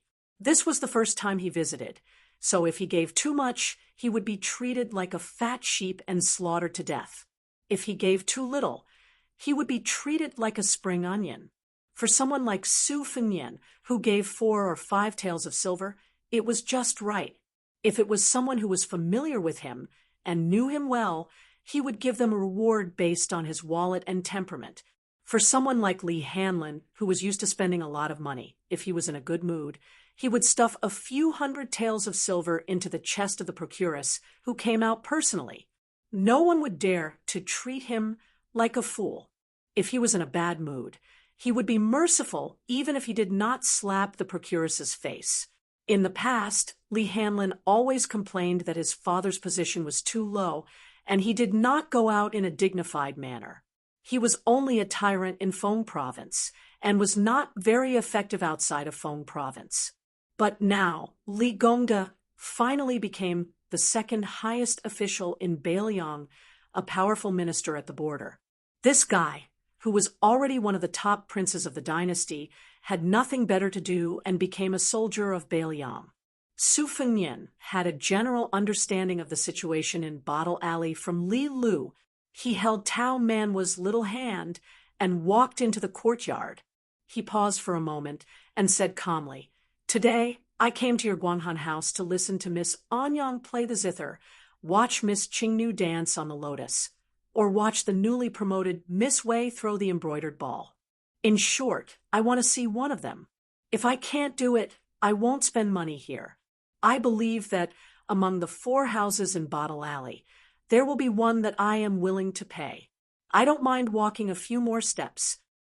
His words made the young cashier, who had been a little negligent, immediately withdraw his contempt. It should be known that some country bumpkins who pretended to be rich, dressed in brocade clothes and marten fur, with arrogant retinues beside them, had not entered the building and said that they would smash the place if they did not see the top girls tonight. Or they kept saying that they had all the money and all the beautiful girls. Bottle Alley was not afraid of this kind of people, especially in Guanghan House, which was unique in Jiaqing Lake. If they dared to smash the place, they would kick them out. It was not without reason that the young cashier looked down on the young man with a saber beside him.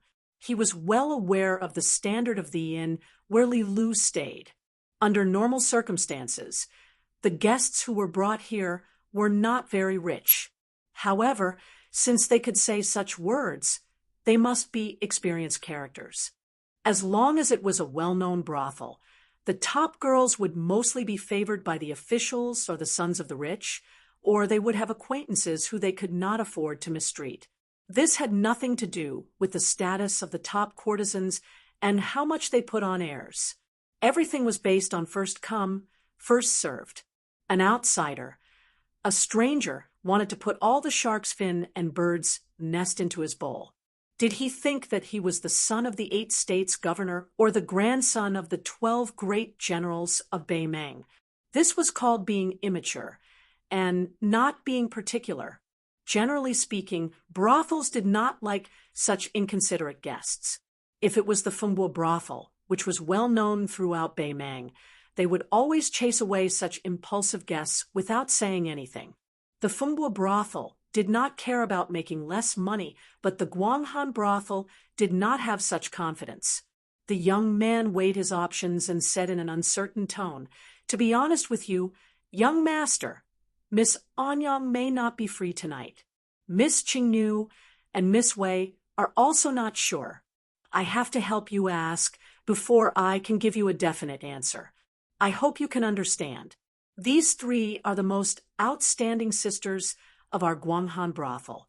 Even if I work here, I may not be able to see one of them every day." Su Fengnian knew that there was hope. He nodded with a smile and said, "The 4 luminous pearls of the Guanghan brothel can be sold for 134 gold ingots. Of course, business is not bad. If I can see any of the ladies, I will be satisfied." "Young master, you are reasonable." Chapter 441. The young man pursed his lips and smiled. Intentionally or unintentionally, he moved closer to the young master with the saber. After being gently avoided, the young man felt a bit regretful. It seemed that the young master did not know the pleasure of the bed, but the young man did not care too much about it. As for why the elegant gentleman with a saber would bring a little girl to visit the brothel, he had seen too many unimaginable strange things, so he was too lazy to think about it. In the brothel, there were many dirty things and jokes. For example, some young masters did not like beautiful women, but instead fell in love with those old and fat women. Or some frightening burly men who liked to be whipped by the girls and dripped candles on them. There were even rich merchants who brought along their wives who dressed up as men to play with 1 dragon and 2 phoenixes. It was a bizarre and variegated life. How could he, a young man who sold his skin at a young age, understand clearly? He was already too busy earning money and building connections. So why would he think about these trivial things? Su Fengnian lowered his head and looked at Tao Manwu. The little girl had the demeanor of a great general. As expected of Tao Qianji's daughter, her face was calm and tranquil. However, Su Fengnian knew that her palms were sweaty, so he said to the young man, "Enter through the side door." The young man knew that some people would be reserved when visiting a brothel. He wanted to explain that the Guanghan brothel was elegant and quiet. Even if you walked in from the front door, you would not see many faces. However, seeing the firm eyes of the young master with the saber, he did not insist on such details. In addition to the 4-story main building, there were 2 separate courtyards, which were occupied by the top courtesans of the brothel. Su Fengnian went up to the 2nd floor and looked through the window. There was a courtyard behind the building that was brightly lit. Many nobles and scholars in brocade robes were sitting on the ground. The sound of the zither lingered in the air. A plump woman with an icicle face was playing the zither leisurely. She was wearing a small-sleeved, long skirt and beautiful gold embroidery. Sitting next to her was a rough warrior with a marten tail. He sat cross-legged and wore a pair of black leather boots. It was obvious that he was arrogant. He was dressed like the scholars of the Liang dynasty and enjoyed the music with his eyes closed. Only the rough warrior's eyes were fixed on the fair chest of the courtesan who was playing the zither. Every time she touched it, it would cause a ripple, and the man's eyes would become hotter. When they arrived at an elegant tea room, the young man slightly bowed his head and said goodbye. "I will go and report to the nanny. Please wait a moment." After he left, Tao Manwu asked carefully, "Is it sister?" Su Fengnian smiled and nodded. Not long after, the young man walked into the tea room with a charming woman in light makeup. She carried a jar of yellow wine sealed in mud and said with a smile, "Yunzi left in a hurry just now and didn't pour tea for you. It was out of kindness that I wanted you to meet a girl you like as soon as possible. Please don't take offense. My name is Shi, and I brought you a jar of our Flying Fox City's 3 flavors old yellow wine as an apology on behalf of Yunzi. Yunzi warmed the wine for you. I will go and inform Miss Wei. If Chiao is free, I will come and invite you again." The young man had just taken the yellow wine when the sound of hurried footsteps came from the door. The young man who was called Yunzi was flustered, but the woman who called herself Shi was much calmer. She looked at the door and saw a group of people rushing into the tea room aggressively. There were 2 strong trainers who worked as hired thugs for the brothel and a beautiful young man who was more beautiful than Yunzi. The leader of the group was a woman wearing a pair of soft-soled brocade, hooked boots that were popular in the Old West Shoe Palace. Her long sleeves trailed on the ground. The handsome young man bowed and bent his knees as he trotted over, looking at her aura and attire. Although the woman she had some status in the brothel, she was far inferior to the woman who was wearing heavy makeup. Sure enough, the woman who had practiced fiery golden eyes only glanced at the young master with the saber and completely lost her scruples. She stretched out her index finger and pointed at Shi. She sneered and said, "You Shi, do you know the rules of the Guanghan Tower? How dare you privately take in a guest? Miss Anyang's courtyard has no seats. You dare to skip Miss Qing's courtyard and directly send her to Wei Qingwan's embroidered ball pavilion? She who gave you the courage." She was worried and worried. She forced a smile and said, "Sister Cui, I just saw that Miss Qing's courtyard was crowded, so I didn't want to disturb you." The woman let out a long and sinister, "Oh." She stared at Shi for a while and smiled. "It doesn't matter, it doesn't matter. I've been friends with Shi for so many years, and I know that she's always reliable. It must be this damned Yunzi who acted on her own initiative. Men, drag her out and beat her with 20 sticks. According to the rules, don't miss 1 stick, but also don't miss 1 stick. If she is beaten to death, the Guanghan Tower will lose hundreds of taels of silver. I can't afford this sin." The young man's hand trembled, and a jar of yellow wine fell to the ground. It was about to hit the foot of the young master with the saber. Su Fengnian stretched out his arm and caught it. He put it on the table and didn't say anything.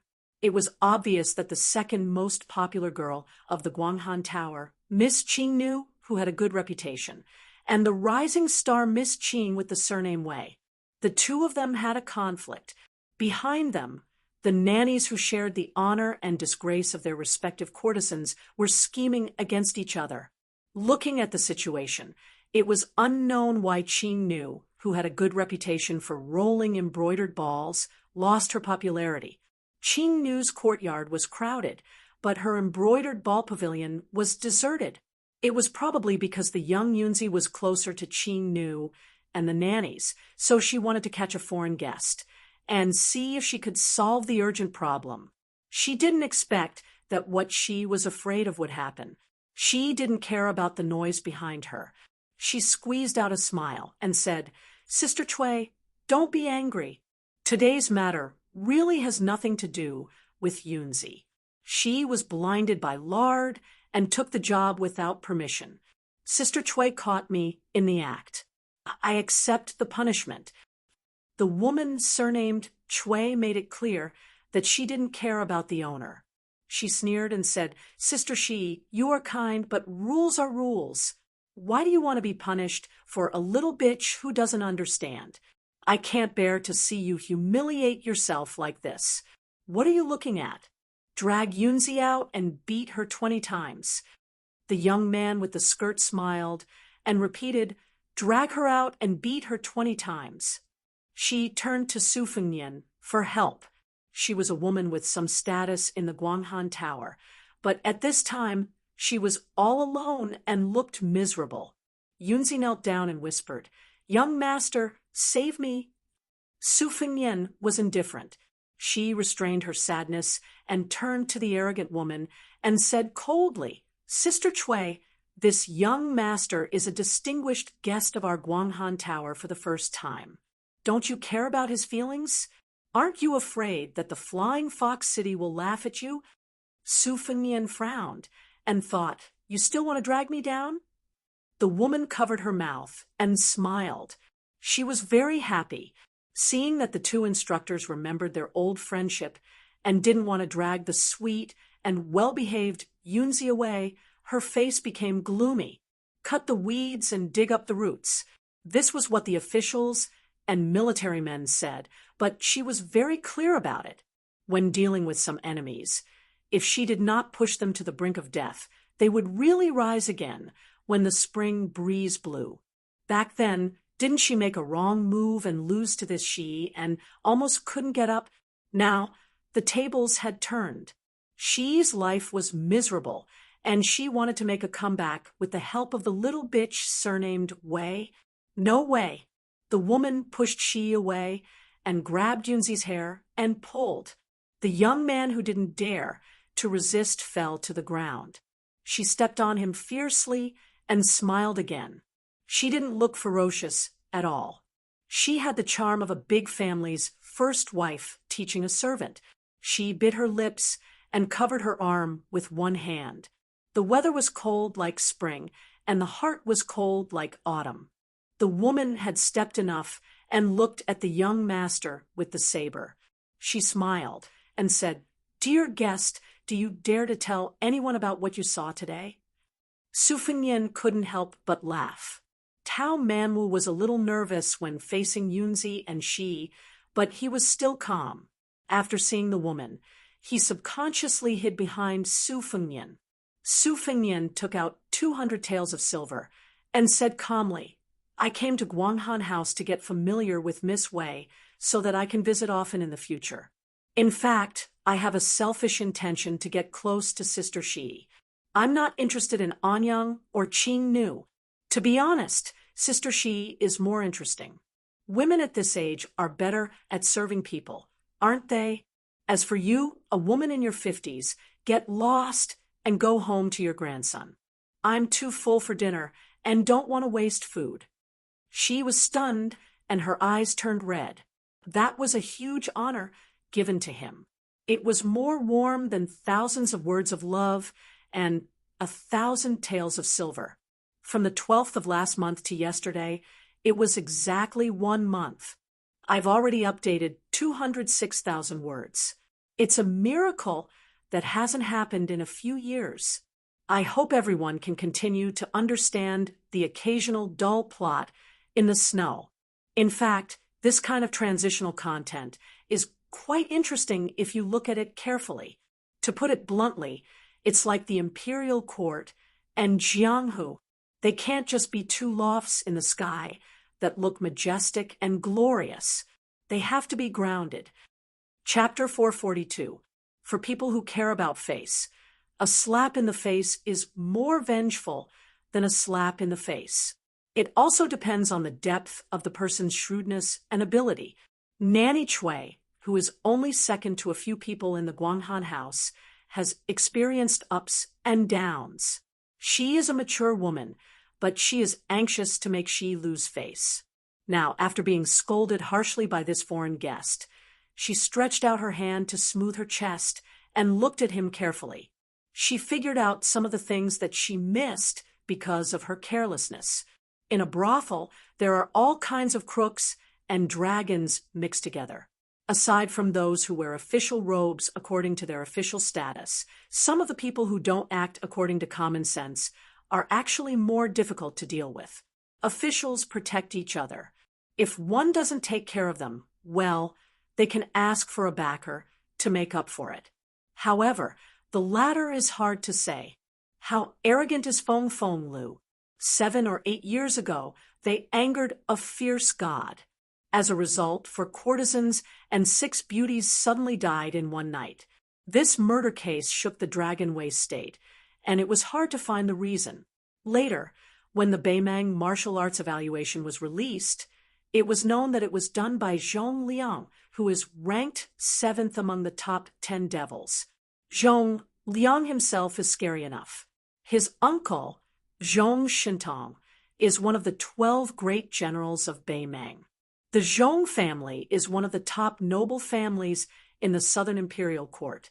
Feng Feng Lu's guests are all over the dynasty, but they still have to suffer in silence.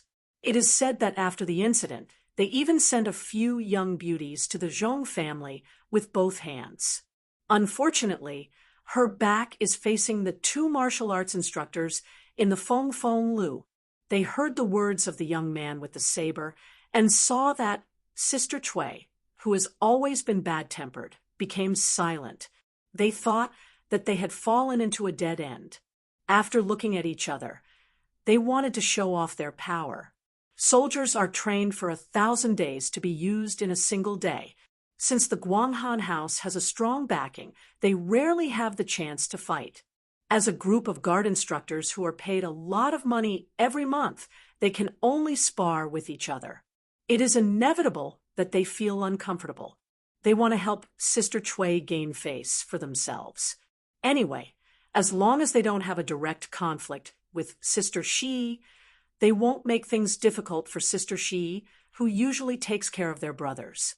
Although this kind of care is just giving her a smile or stopping to chat, it is an honor for them, and they can talk with their brothers. As for Sister Chui, she would only smile at him when she needed his help. She would also reward him with some wine money after the event. However, which of the two was more important? The brothers who came out to make a living and were able to enter Guanghan House all had some ability. They all knew what was important, and what was important. Su Fengnian stretched out his palm and swiped the jug of 3-mix yellow wine on the table. The wine jug slid out of the table and drew a pleasing arc in the air. It just so happened that it bypassed the two instructors, circled around them, and then slid back to the table. It was exactly the same as its original position. This was a technique similar to drawing a circle around the ground, which included Chui Mama, Shi Jiejie, Yunzi, as well as him and Tao Manwu. The two instructors looked at each other in dismay. They knew what was good for them. They could tell that when the wine jug passed by them, it suddenly accelerated. Even if they wanted to punch it with all their strength, they would not be able to catch it. This was not a small trick that anyone could play. Chui Mama was needed for a while, but her face was as usual. She left after a few teasing words. She did not dare to take advantage of the east wind to beat a drowning dog. It could be seen that she was really in danger in Guanghan House now. Shi Jiejie was born as a courtesan. Out of gratitude, she admitted that she was old, so she gave up her position and stayed in Guanghan House to be a nanny who was more noble than a procuress. She was responsible for training the girls with potential in the Guanghan House. Sister Chui was born as a maid and was not favored. She finally became a prostitute, but she was beaten back to her original position because she committed a crime. For the first 10 or 20 years, she had been holding back her resentment. It was not easy for her to climb to the position of chief nanny. Shi Jiejie, who had a smooth life, of course regarded her as a thorn in her side. She helped Yunzi up and said softly, "Does it hurt?" Yunzi, who had escaped a disaster, knew that the future would be difficult, but at the moment, she was more happy than worried. She smiled and said, "Aunt, it's okay. Yunzi will be scolded and beaten for the rest of my life. I won't die." She patted his clothes and said helplessly, "If Sister Chui can't get along with you and can't take it anymore, you can come and tell me. At worst, I can tell the master to let you do a job in the embroidered ball pavilion. It's just that there will be fewer ways to earn money." Yunzi hesitated for a moment before she forced a smile and said, "Aunt's words are enough. I believe that Nanny Chui is a busy person who doesn't come and go. She won't fuss over minor matters like me." She sighed and said, "Go. I will deal with it here." When the young man left the tea room with a heavy heart, she looked at the young master with a saber and said faintly, "Young master is clever." She thanks young master on behalf of Yunzi. Seeing that elegant young master pretending to be ignorant, she did not say anything. Today's disaster, if the guest in front of her relied on his background and ability to act a little earlier, she and Yunzi would not have a way out. Sister Chui had taught Yunzi a lesson and then provoked the guest verbally. This was unreasonable. She was humiliated verbally by the young man with a saber and then slapped the wine jar as a warning. Although it was not watertight, it could be considered a kind method of forgiving. As a result, Shi's situation could not be worse, but Yunzi would feel much better. Otherwise, this young master would finish eating, put on his clothes, and leave. Yunzi would be cleaned up to the point that she wished to die. At that time, even if she wanted to save Yunzi, she would not be able to open her mouth. Su Fengnian picked up the wine jar and put away the banknotes. He said with a smile, "Drinking in the tea room is nothing. Let's go to Sister Shi's place." Shi's face showed slight anger. She bit her thin lips and said softly, "Young master, please forgive me. Shi has not received guests for a long time."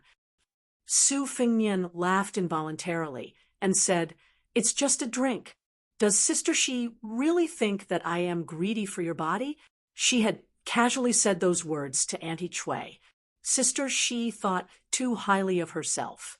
"I came here from a study tour. In the past, when I went to the brothel with my friends, I was just a hostess. I played the role of the poor person who paid the money. I have not fought with real swords and spears. I want to drink some wine with Sister Shi first to boost my courage. When I see Miss Wei later, I won't be defeated so easily. Although my family has some money, 200 taels of silver will be spent in the blink of an eye. It is really like the saying, 'A moment of spring night is worth 1,000 gold. A moment of spring night is worth 200 taels of silver. It is too unfair. Sister Shi, is this the truth?'" The corners of Shi's mouth curled up. She was really amused. It turned out that there was such a new saying for a moment of spring night. Not to mention other things, this young master with a saber was definitely straightforward. He was the same towards Sister Cui and Shi. If it was said that she had to repay him with her body because he helped her once, it would be too absurd. She was not familiar with the affairs of the world. She had long passed the age of naivety. In the brothel, it was rare to have the qualifications to ask a girl who was not free to do anything. Even the top courtesan of Guanghan House, Miss Anyang, could not do it. There were one or two in Feng Feng House. The brothel was famous for hiding filth. Which man did not buy meat with gold and silver? It was just that this meat was more expensive than the meat on the butcher's chopping board. A woman's flowery words could not be trusted, but a man's pledge of eternal love could be trusted. She looked deeply into the pair of clear, red phoenix eyes. She did not detect the slightest bit of malice. She gritted her teeth and agreed to drink. With her tolerance of 2 caddies of soju wine and not getting drunk, she believed that she would not suffer a big loss. It would not be a big deal if he touched her when she poured the wine. After she thought it through, she said softly, "Young master, follow me to the 4th floor. It is not far from Miss Wei's embroidered ball pavilion." Chapter 443. Walking side by side, Su Fengnian noticed that Shi's fragrance was light, and her simple yet elegant attire made her look like a pretty girl from a humble family. Sister Cui was much more exaggerated. Her lips were painted with black paste, her face was painted with yellow powder, and her hair was decorated with a golden hairpin. Her long robe was 4 or 5 inches long, which made Su Fengnian sick of her. She was like a big pot of exotic delicacies. No matter how good one's appetite was, they would be intimidated at first sight. On the contrary, Sister Shi, who had lost her power, was like a small bowl of plain porridge that was carefully added with a few lotus seeds. She was the kind of woman who would be pleasantly surprised if tasted carefully. On the corridor of the 4th floor, there were green gallbladder vases and ink paintings hanging on the wall. It was elegant and unique. However, it was not uncommon to see beautiful maids carrying food boxes and fruit bowls. It could be seen that Guanghan House's business was not bad. When these people saw her, they all obediently called her Sister Shi. She was very popular. Sister She smiled and greeted them one by one. After passing through 2 corridors, she came to a room facing a window. She sighed in her heart and said, "Young master, we're here." She pushed the door and entered. The floor was covered with a silk lichen that was extremely labor-intensive. There was a 3-fold screen that copied the famous painting Snow Banana Double Crane that separated the sleeping area from the brocade hall. In the front hall, there was a small bed with a delicate pot door and a small table for warming wine and brewing tea. At the corner of the table, there was an incense burner with onions calcined in the Longquan kiln. On the table, there were bowls and other small utensils, especially the black glazed teacups, which were very eye-catching. If one was not an expert in tea, one would not know the rarity of this set of partridge teacups. The emperor of the Southern Tang Empire especially cherished this set of teacups. He once said that the color of the teacups was precious, and the color was black. Just these teacups alone could be worth dozens of gold. Su Fengnian sighed in his heart. This Sister She was really a particular person who knew how to enjoy life.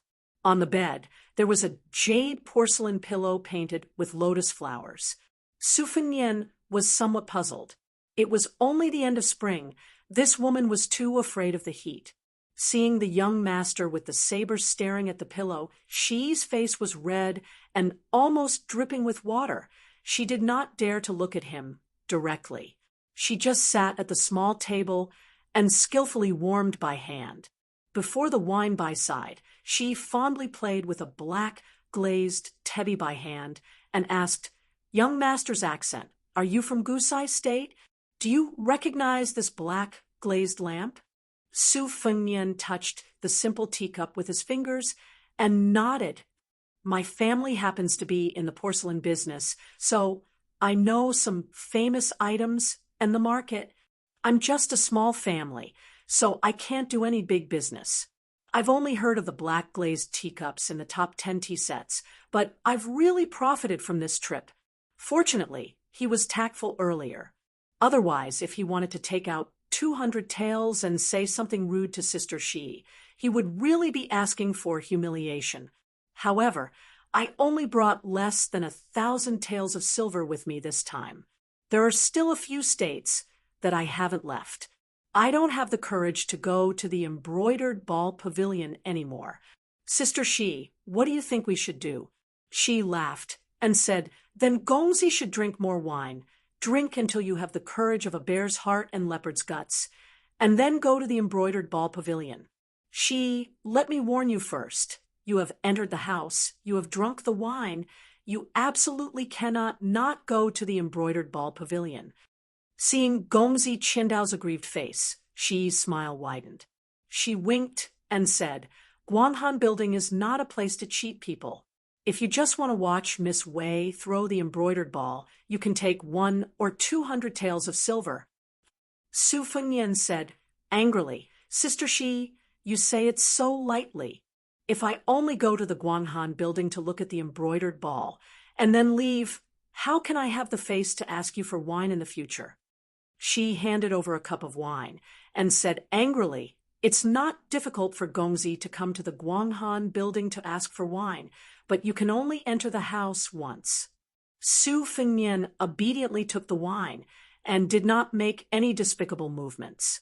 He took a sip and saw Tao Man was sitting on the embroidered stool, so he raised the cup to her mouth. The little girl was like a newborn calf that was not afraid of tigers. She took a sip and smacked her lips, enjoying the taste. Su Fengnian found it interesting and simply gave her the whole cup of wine, only telling her to drink it slowly. After that, he left Tao Manwu to the side and allowed her to drink a cup of wine to entertain herself while he chatted with She. Both of them could hold their liquor well and were evenly matched. It was probably because She had become addicted to talking about porcelain with him. Seeing that this young master with a saber was full of good stuff, she was also a porcelain addict. In addition, the little girl had drunk a cup of wine and was feeling drowsy. so she fell asleep on the small couch behind her. She couldn't bear to wake her up, so she warmed up another pot of wine. The topic was no longer limited to porcelain. The two of them were very smart not to bring up sensitive topics, such as one's background. It was unwise for them to talk about such things when they weren't close. Su Fengnian probably knew that the heroic-looking girl in front of him used to be the most popular courtesan in Guanghan House. She was also very popular, and was a wonderful person who could compete with the top courtesan of Fengfeng Lu. However, no matter how beautiful a woman was, she could not withstand the knife of time and men's love for the new and dislike for the old. She was disheartened and tired of flattery, but she did not have the fortune to meet a good man that she liked.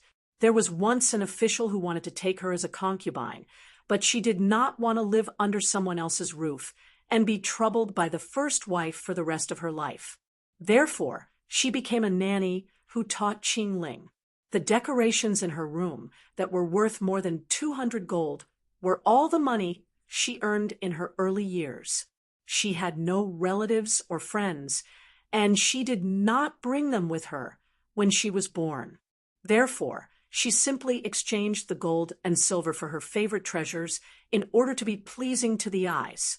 Guanghan House was very preferential to women who had been a prostitute, but were slowly getting older. The drunk Tao Manwu woke up in a daze. She seemed to have choked on something hard and was not sleeping well. She picked up the object and looked at it, her eyes blank. It was a small ruyi made of jade. This ruyi was the same ruyi used to make lonely women feel happy.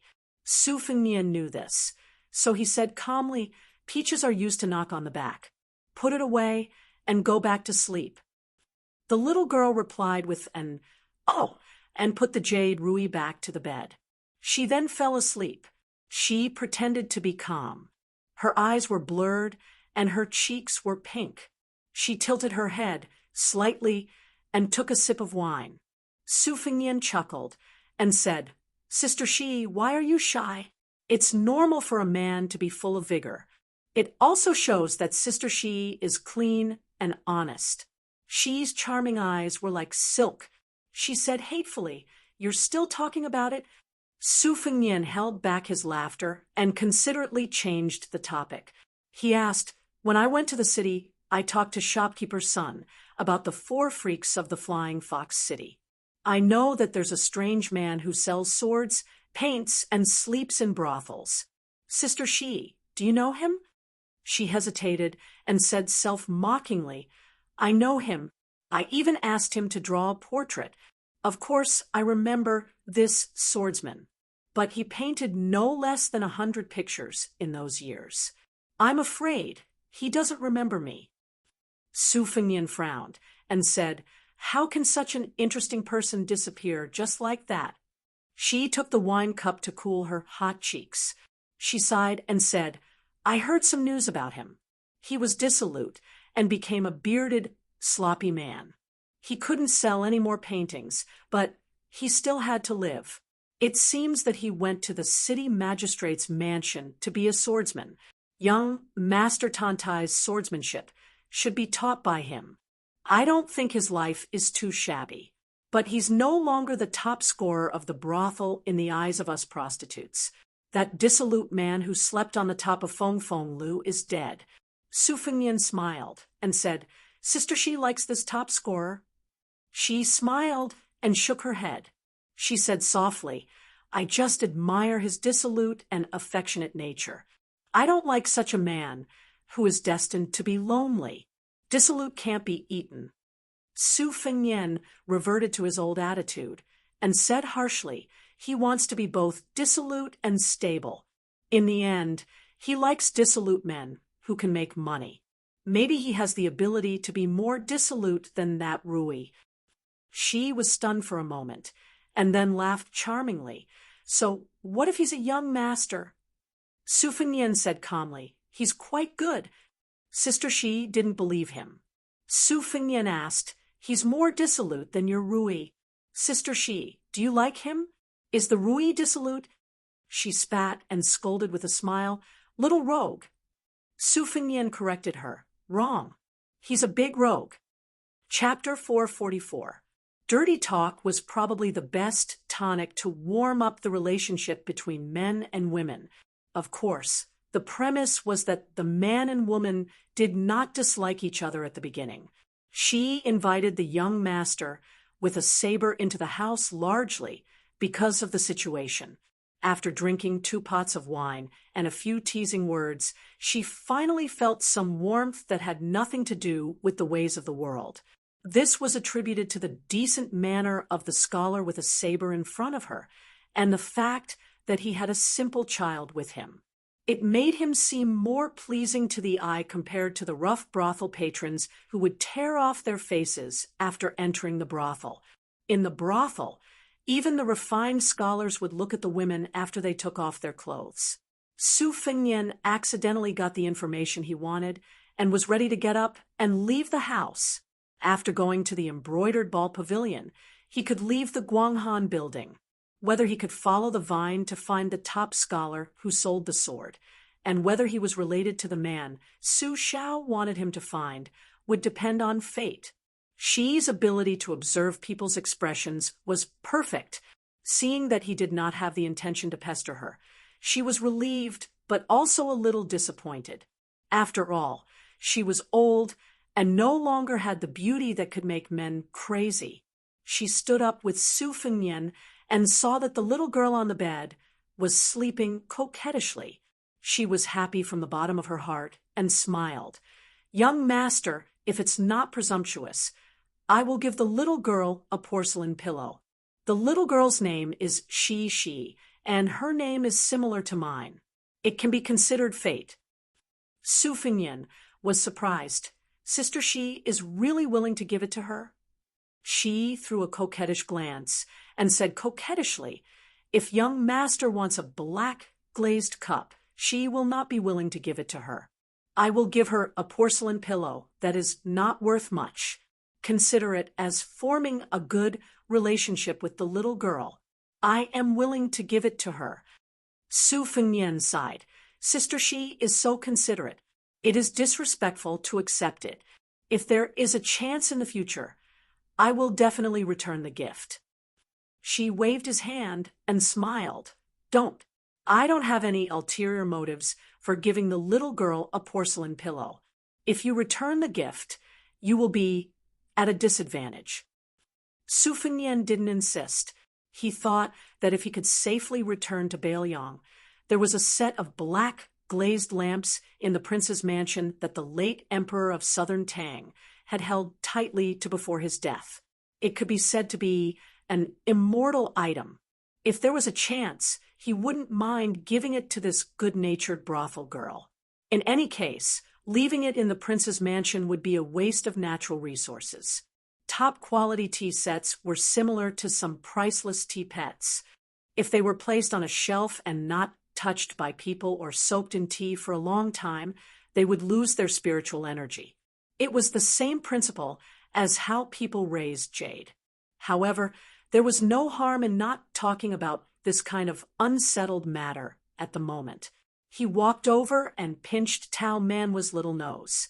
She was as sleepy as other girls her age and had a bad temper when she woke up. When her nose was pinched, she would randomly punch and kick. Su Fengnian had a hard time teasing her awake.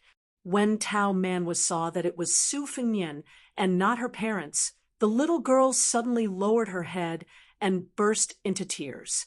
Su Fengnian didn't console her and said softly, Taozi, wake up.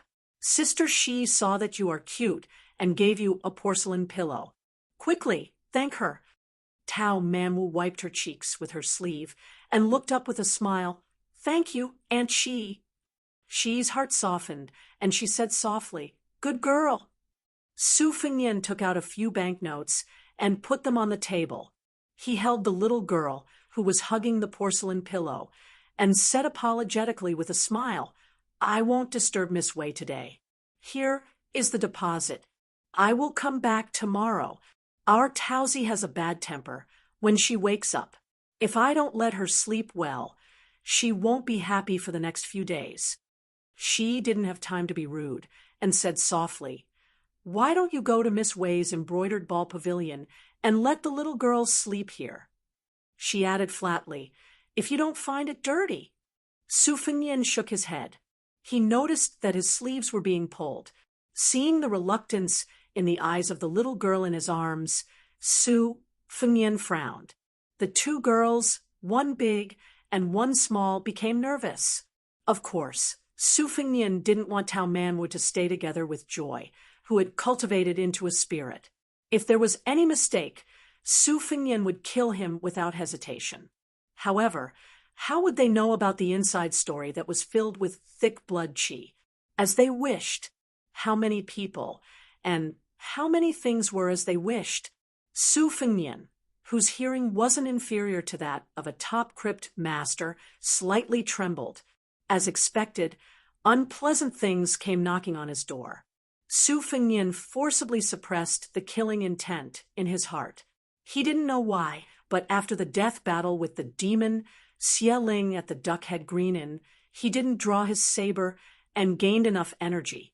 The saber will in the scabbard skyrocketed, but the killing intent in his heart also rose. However, Li Chungang had already retired from Jianghu and wasn't by his side. Otherwise, he would definitely ask whether this was good or bad.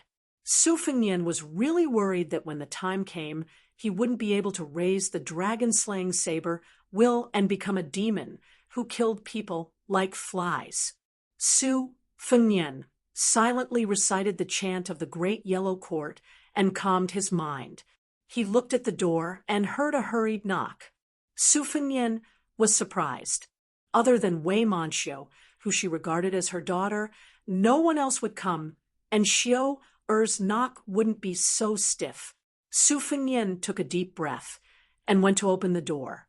She saw Sister Cui with a playful smile. Su Fengnian also had a thunder pool that she couldn't touch, and this room was it. Just as she was about to speak with a cold face, she saw a tall woman dressed as a man standing behind Su Fengnian. Su Fengnian suddenly stopped and swallowed her words. She respectfully bowed and said, "Su Fengnian greets the third miss."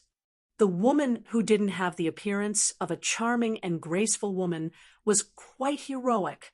She wore a jade belt brocade robe, like a rich man, and had a long saber hanging on her waist. She said unhappily, "It's the third young master." Su Fengnian's mouth was bitter. She lowered her head and said, "Su Fengnian greets the third young master." The backer behind Guanghan Tower had come. To be precise, it was the backer's sister. People couldn't imagine that Guanghan Tower was opened by the second young master of the Flying Fox City. This semi-public secret was only known by the upper class of the city. The dragon had 9 sons, and the lord of the city had 2 sons and 1 daughter. The eldest son, Tantai Chongping, was brave and heroic. He was also good at writing beautiful poems. He was destined to be the most popular scholar in Beimang in the future. Once he became the bell chaser, he would be the most popular person in the royal court around the emperor. He would be like a bright moon jumping out of the tide and enter the vision of the top nobles in Beimang. The whole Flying Fox City was waiting to see him. But the second young master of the city, Tantai Chang'an, was a complete debauchee. He wasn't proficient in literature or martial arts, but he ate, drank, whored, gambled, trained eagles, led dogs, and fought crickets. He was proficient in everything. Just in the breeding and trading of crickets, he had spent no less than 3,000 to 4,000 taels of silver. Because the second young master of the city loved to fight crickets. Every year starting from the 7th month, it was unknown how many idle hoodlums would scour the city for crickets. They hated that they couldn't dig 3 feet into the ground to catch a fighting cricket worth several dozen taels of gold. It was no wonder that people joked that Flying Fox City had a 5th freak. The young daughter of the city overseer, Tantai Kong Ho, did not like women in makeup, but loved weapons. She frequently fought in the bustling streets. Practically all of the city's hoodlums, big and small, had suffered. They already recognized her appearance, and when they saw her, they would take a detour, not giving her the opportunity to beat people up. The one standing in front of She was Tantai Kong Ho.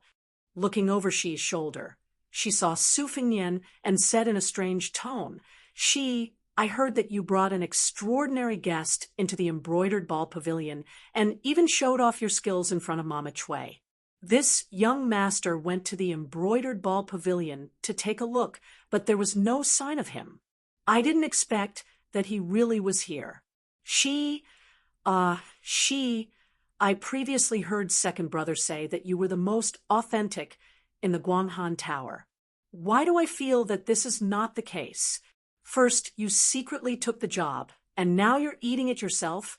Didn't you cut the silk in accordance with the brothel's rules and no longer receive guests? You made an exception for such an unremarkable young man. Have you gone crazy thinking about men? I heard Mama Chui say that these past few years, you've mostly used Suryu Rui to pass the spring. How about you let this young master gain some experience? This influential woman's imposing manner was overbearing without the slightest bit of misgivings. Every sentence pierced the heart and bone, each word piercing the spine. She forced a smile and said, I only drank 2 pots of wine with this young master and did my best to entertain guests. She did not receive any guests. If there truly is a day when she makes a comeback, she will certainly first inform the 3rd young master before daring to act. Mama Chui clicked her tongue and said, Little sister She is truly an honest person. She deserves to be called a loyal woman who will dedicate her life to the Guanghan Tower. Tantai Kong Ho angrily rebuked, Shut your mouth. You don't have the right to add insult to injury. She is not a good thing. You're the same as her. If she's lacking, how much better can you be? Mama Chui stammered, keeping quiet out of fear. Su Fengnian, who was watching from the sidelines, laughed in his heart.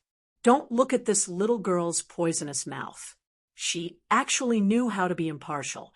She wasn't the kind of stubborn young girl who would listen to the wind and listen to the rain.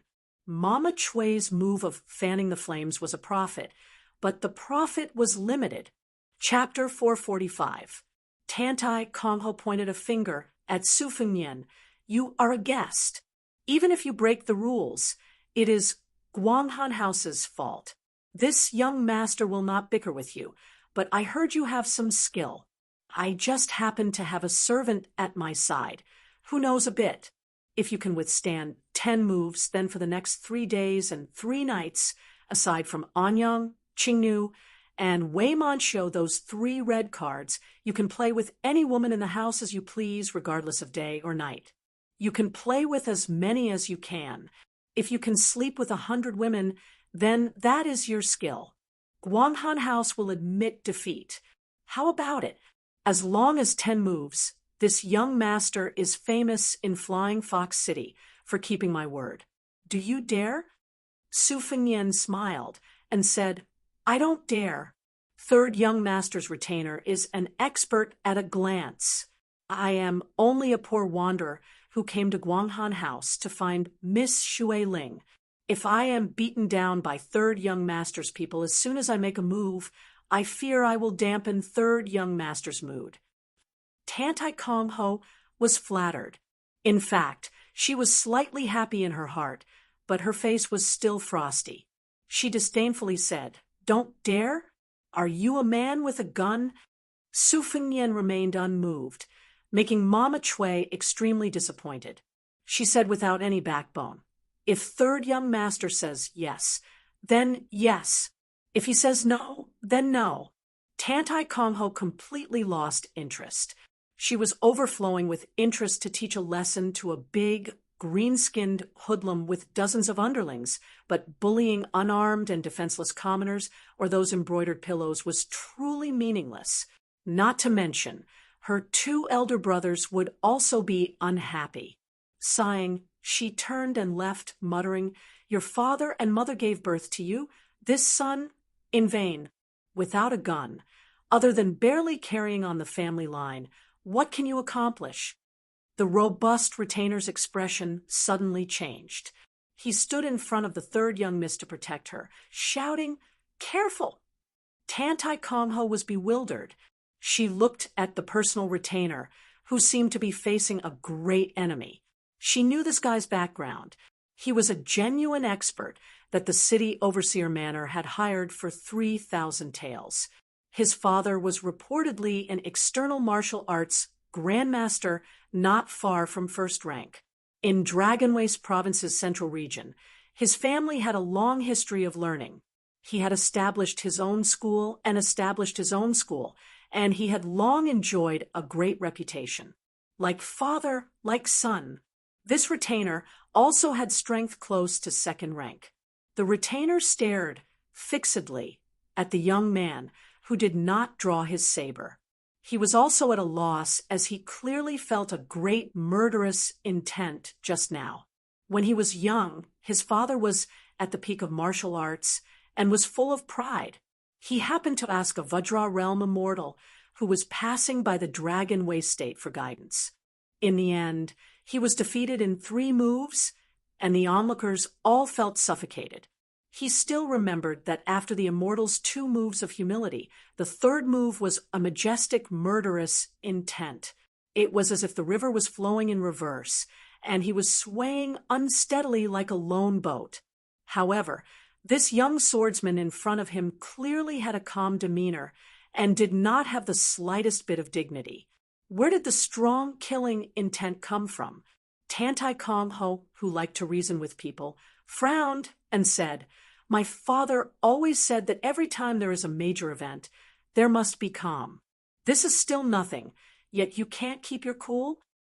The retainer, with his keen 5 senses, revealed a bitter smile. After he confirmed that there was no abnormality, his taut muscles gradually relaxed. The 2 loops of clothing around his arms visibly bulged and returned to being ironed. He said in a low voice, "This little one worried too much." Su Fenyin, who was holding Tao Manwu, stood at the doorway. He stood shoulder to shoulder with she and said with a smile, "I thought about it and still felt that I should be bold enough to attempt to exchange blows with the expert at the third young master's side. After all, the reward that the third young master gave was too enticing." Tantai Kongho glared at the retainer and angrily said, "Look at you, you're being looked down upon." The retainer's heart immediately rose to his throat. If the young swordsman had blindly retreated from beginning to end, then it would have been fine. He could have treated it as a misconception. However, this fellow had played a trick of retreating first and then advancing. If he truly targeted the third young miss, he truly did not have absolute certainty that he could protect his master. It did not matter if he was defeated. At most, it would damage the prestige of his father's sect. However, if he allowed the third young miss to receive the slightest injury, with the city overseer's mansion's city overseer's protectiveness and the 2 young masters pampering, he would no longer be able to mingle around in Flying Fox City. Taking a deep breath, the sturdy retainer narrowed his eyes and said, "Exchanging blows is fine. Young master, please find a spacious courtyard with me. It will also be convenient for you and me to exchange blows to our heart's content. We won't have to be afraid of bumping into things inside the building and injuring unrelated people. How about it?" Su Fenyin nodded and said, "Okay." She lightly stepped on his foot, her eyes full of anxiety. Su Fenyin hugged Tao Manwu with one hand. His other hand stealthily extended and lightly patted Xi's buttocks. Xi's figure was somewhat thin. In fact, the places that should have been round and perky were not missing a single point. Her body trembled, and her pair of beautiful, limpid eyes widened. Fortunately, everyone, including Tantai Kongho, was attracted by his face. They did not notice this big pervert who had the guts to take advantage of her. If this was seen by the lawless Tantai Kongho, they reckoned that she would certainly sigh in admiration. This was the real deal. having a calm demeanor whenever something big happened. Su Fengnian handed Tao Manwu over to Shi, who was painstakingly hiding her shame and indignation. He softly said, "Let Taozi stay with you for now. It's not good to let a child see fighting and killing." She silently took the little girl. However, it was not tender feelings, but rather a murderous look. Su Fengnian did not pay attention to her. He made a shushing gesture towards Tao Manwu. The little girl was worthy of being called telepathic. She nodded. Mama Chui could not suppress the ecstasy in her heart. This young man did not know when to advance or retreat. Did he really want to sleep with 100 girls in Guanghan House? But the retainers at the third young master's side had frightening skills. Several dozen ruffians simply could not get close to them. You, a young man with a physique only slightly better than a weak scholar, wanted to withstand 10 moves. If you were lucky enough to survive, you would have to lie in bed for several months. Even if the girls took off their clothes and swayed in front of you, would you be able to get up from your crotch? While she was secretly delighted and thinking, she suddenly raised her head and saw the young master behind the third young master and his retainers turn his head and smile at her. She did not know why, but she was frightened. Su Fengnian absent-mindedly followed behind. He walked down Guanghan House and walked towards the lake in the rear courtyard. He did not care about the constant addition of personal guards and retainers along the way. When dealing with a third-rank retainer, he only cared about the propriety. He was more concerned about the entanglement behind the governor of Flying Fox City. The north and south of Beimang were gradually intertwined in the confrontation. Apart from the complicated genealogy of the Yelu and Murong royal families, the ones who really stood at the top of this dynasty were only the 8 provincial governors and 12 generals of the border governors, as well as the dozen or so officials of the southern dynasty who had the right to speak in the court. These 30 or so people each represented a tangled and complicated power. They were either connected by marriage, fought to the death, cooperated with each other, or did not have any contact with each other. It was very difficult to sort them out. As far as the officials of the southern dynasty were concerned, they were generally supported by 2 skeletons. One was the aristocratic group known as the noble clan of Longguan. They were stubborn, conservative, and self-righteous. They were not inferior to the aristocratic families of the Old Spring and Autumn period. After the Spring and Autumn period war, the aristocratic families of Longguan in the north of Beimang became even more arrogant. They considered themselves to be the orthodox aristocratic family. The Zhong family, which produced the great demon Zhongliang, was one of them.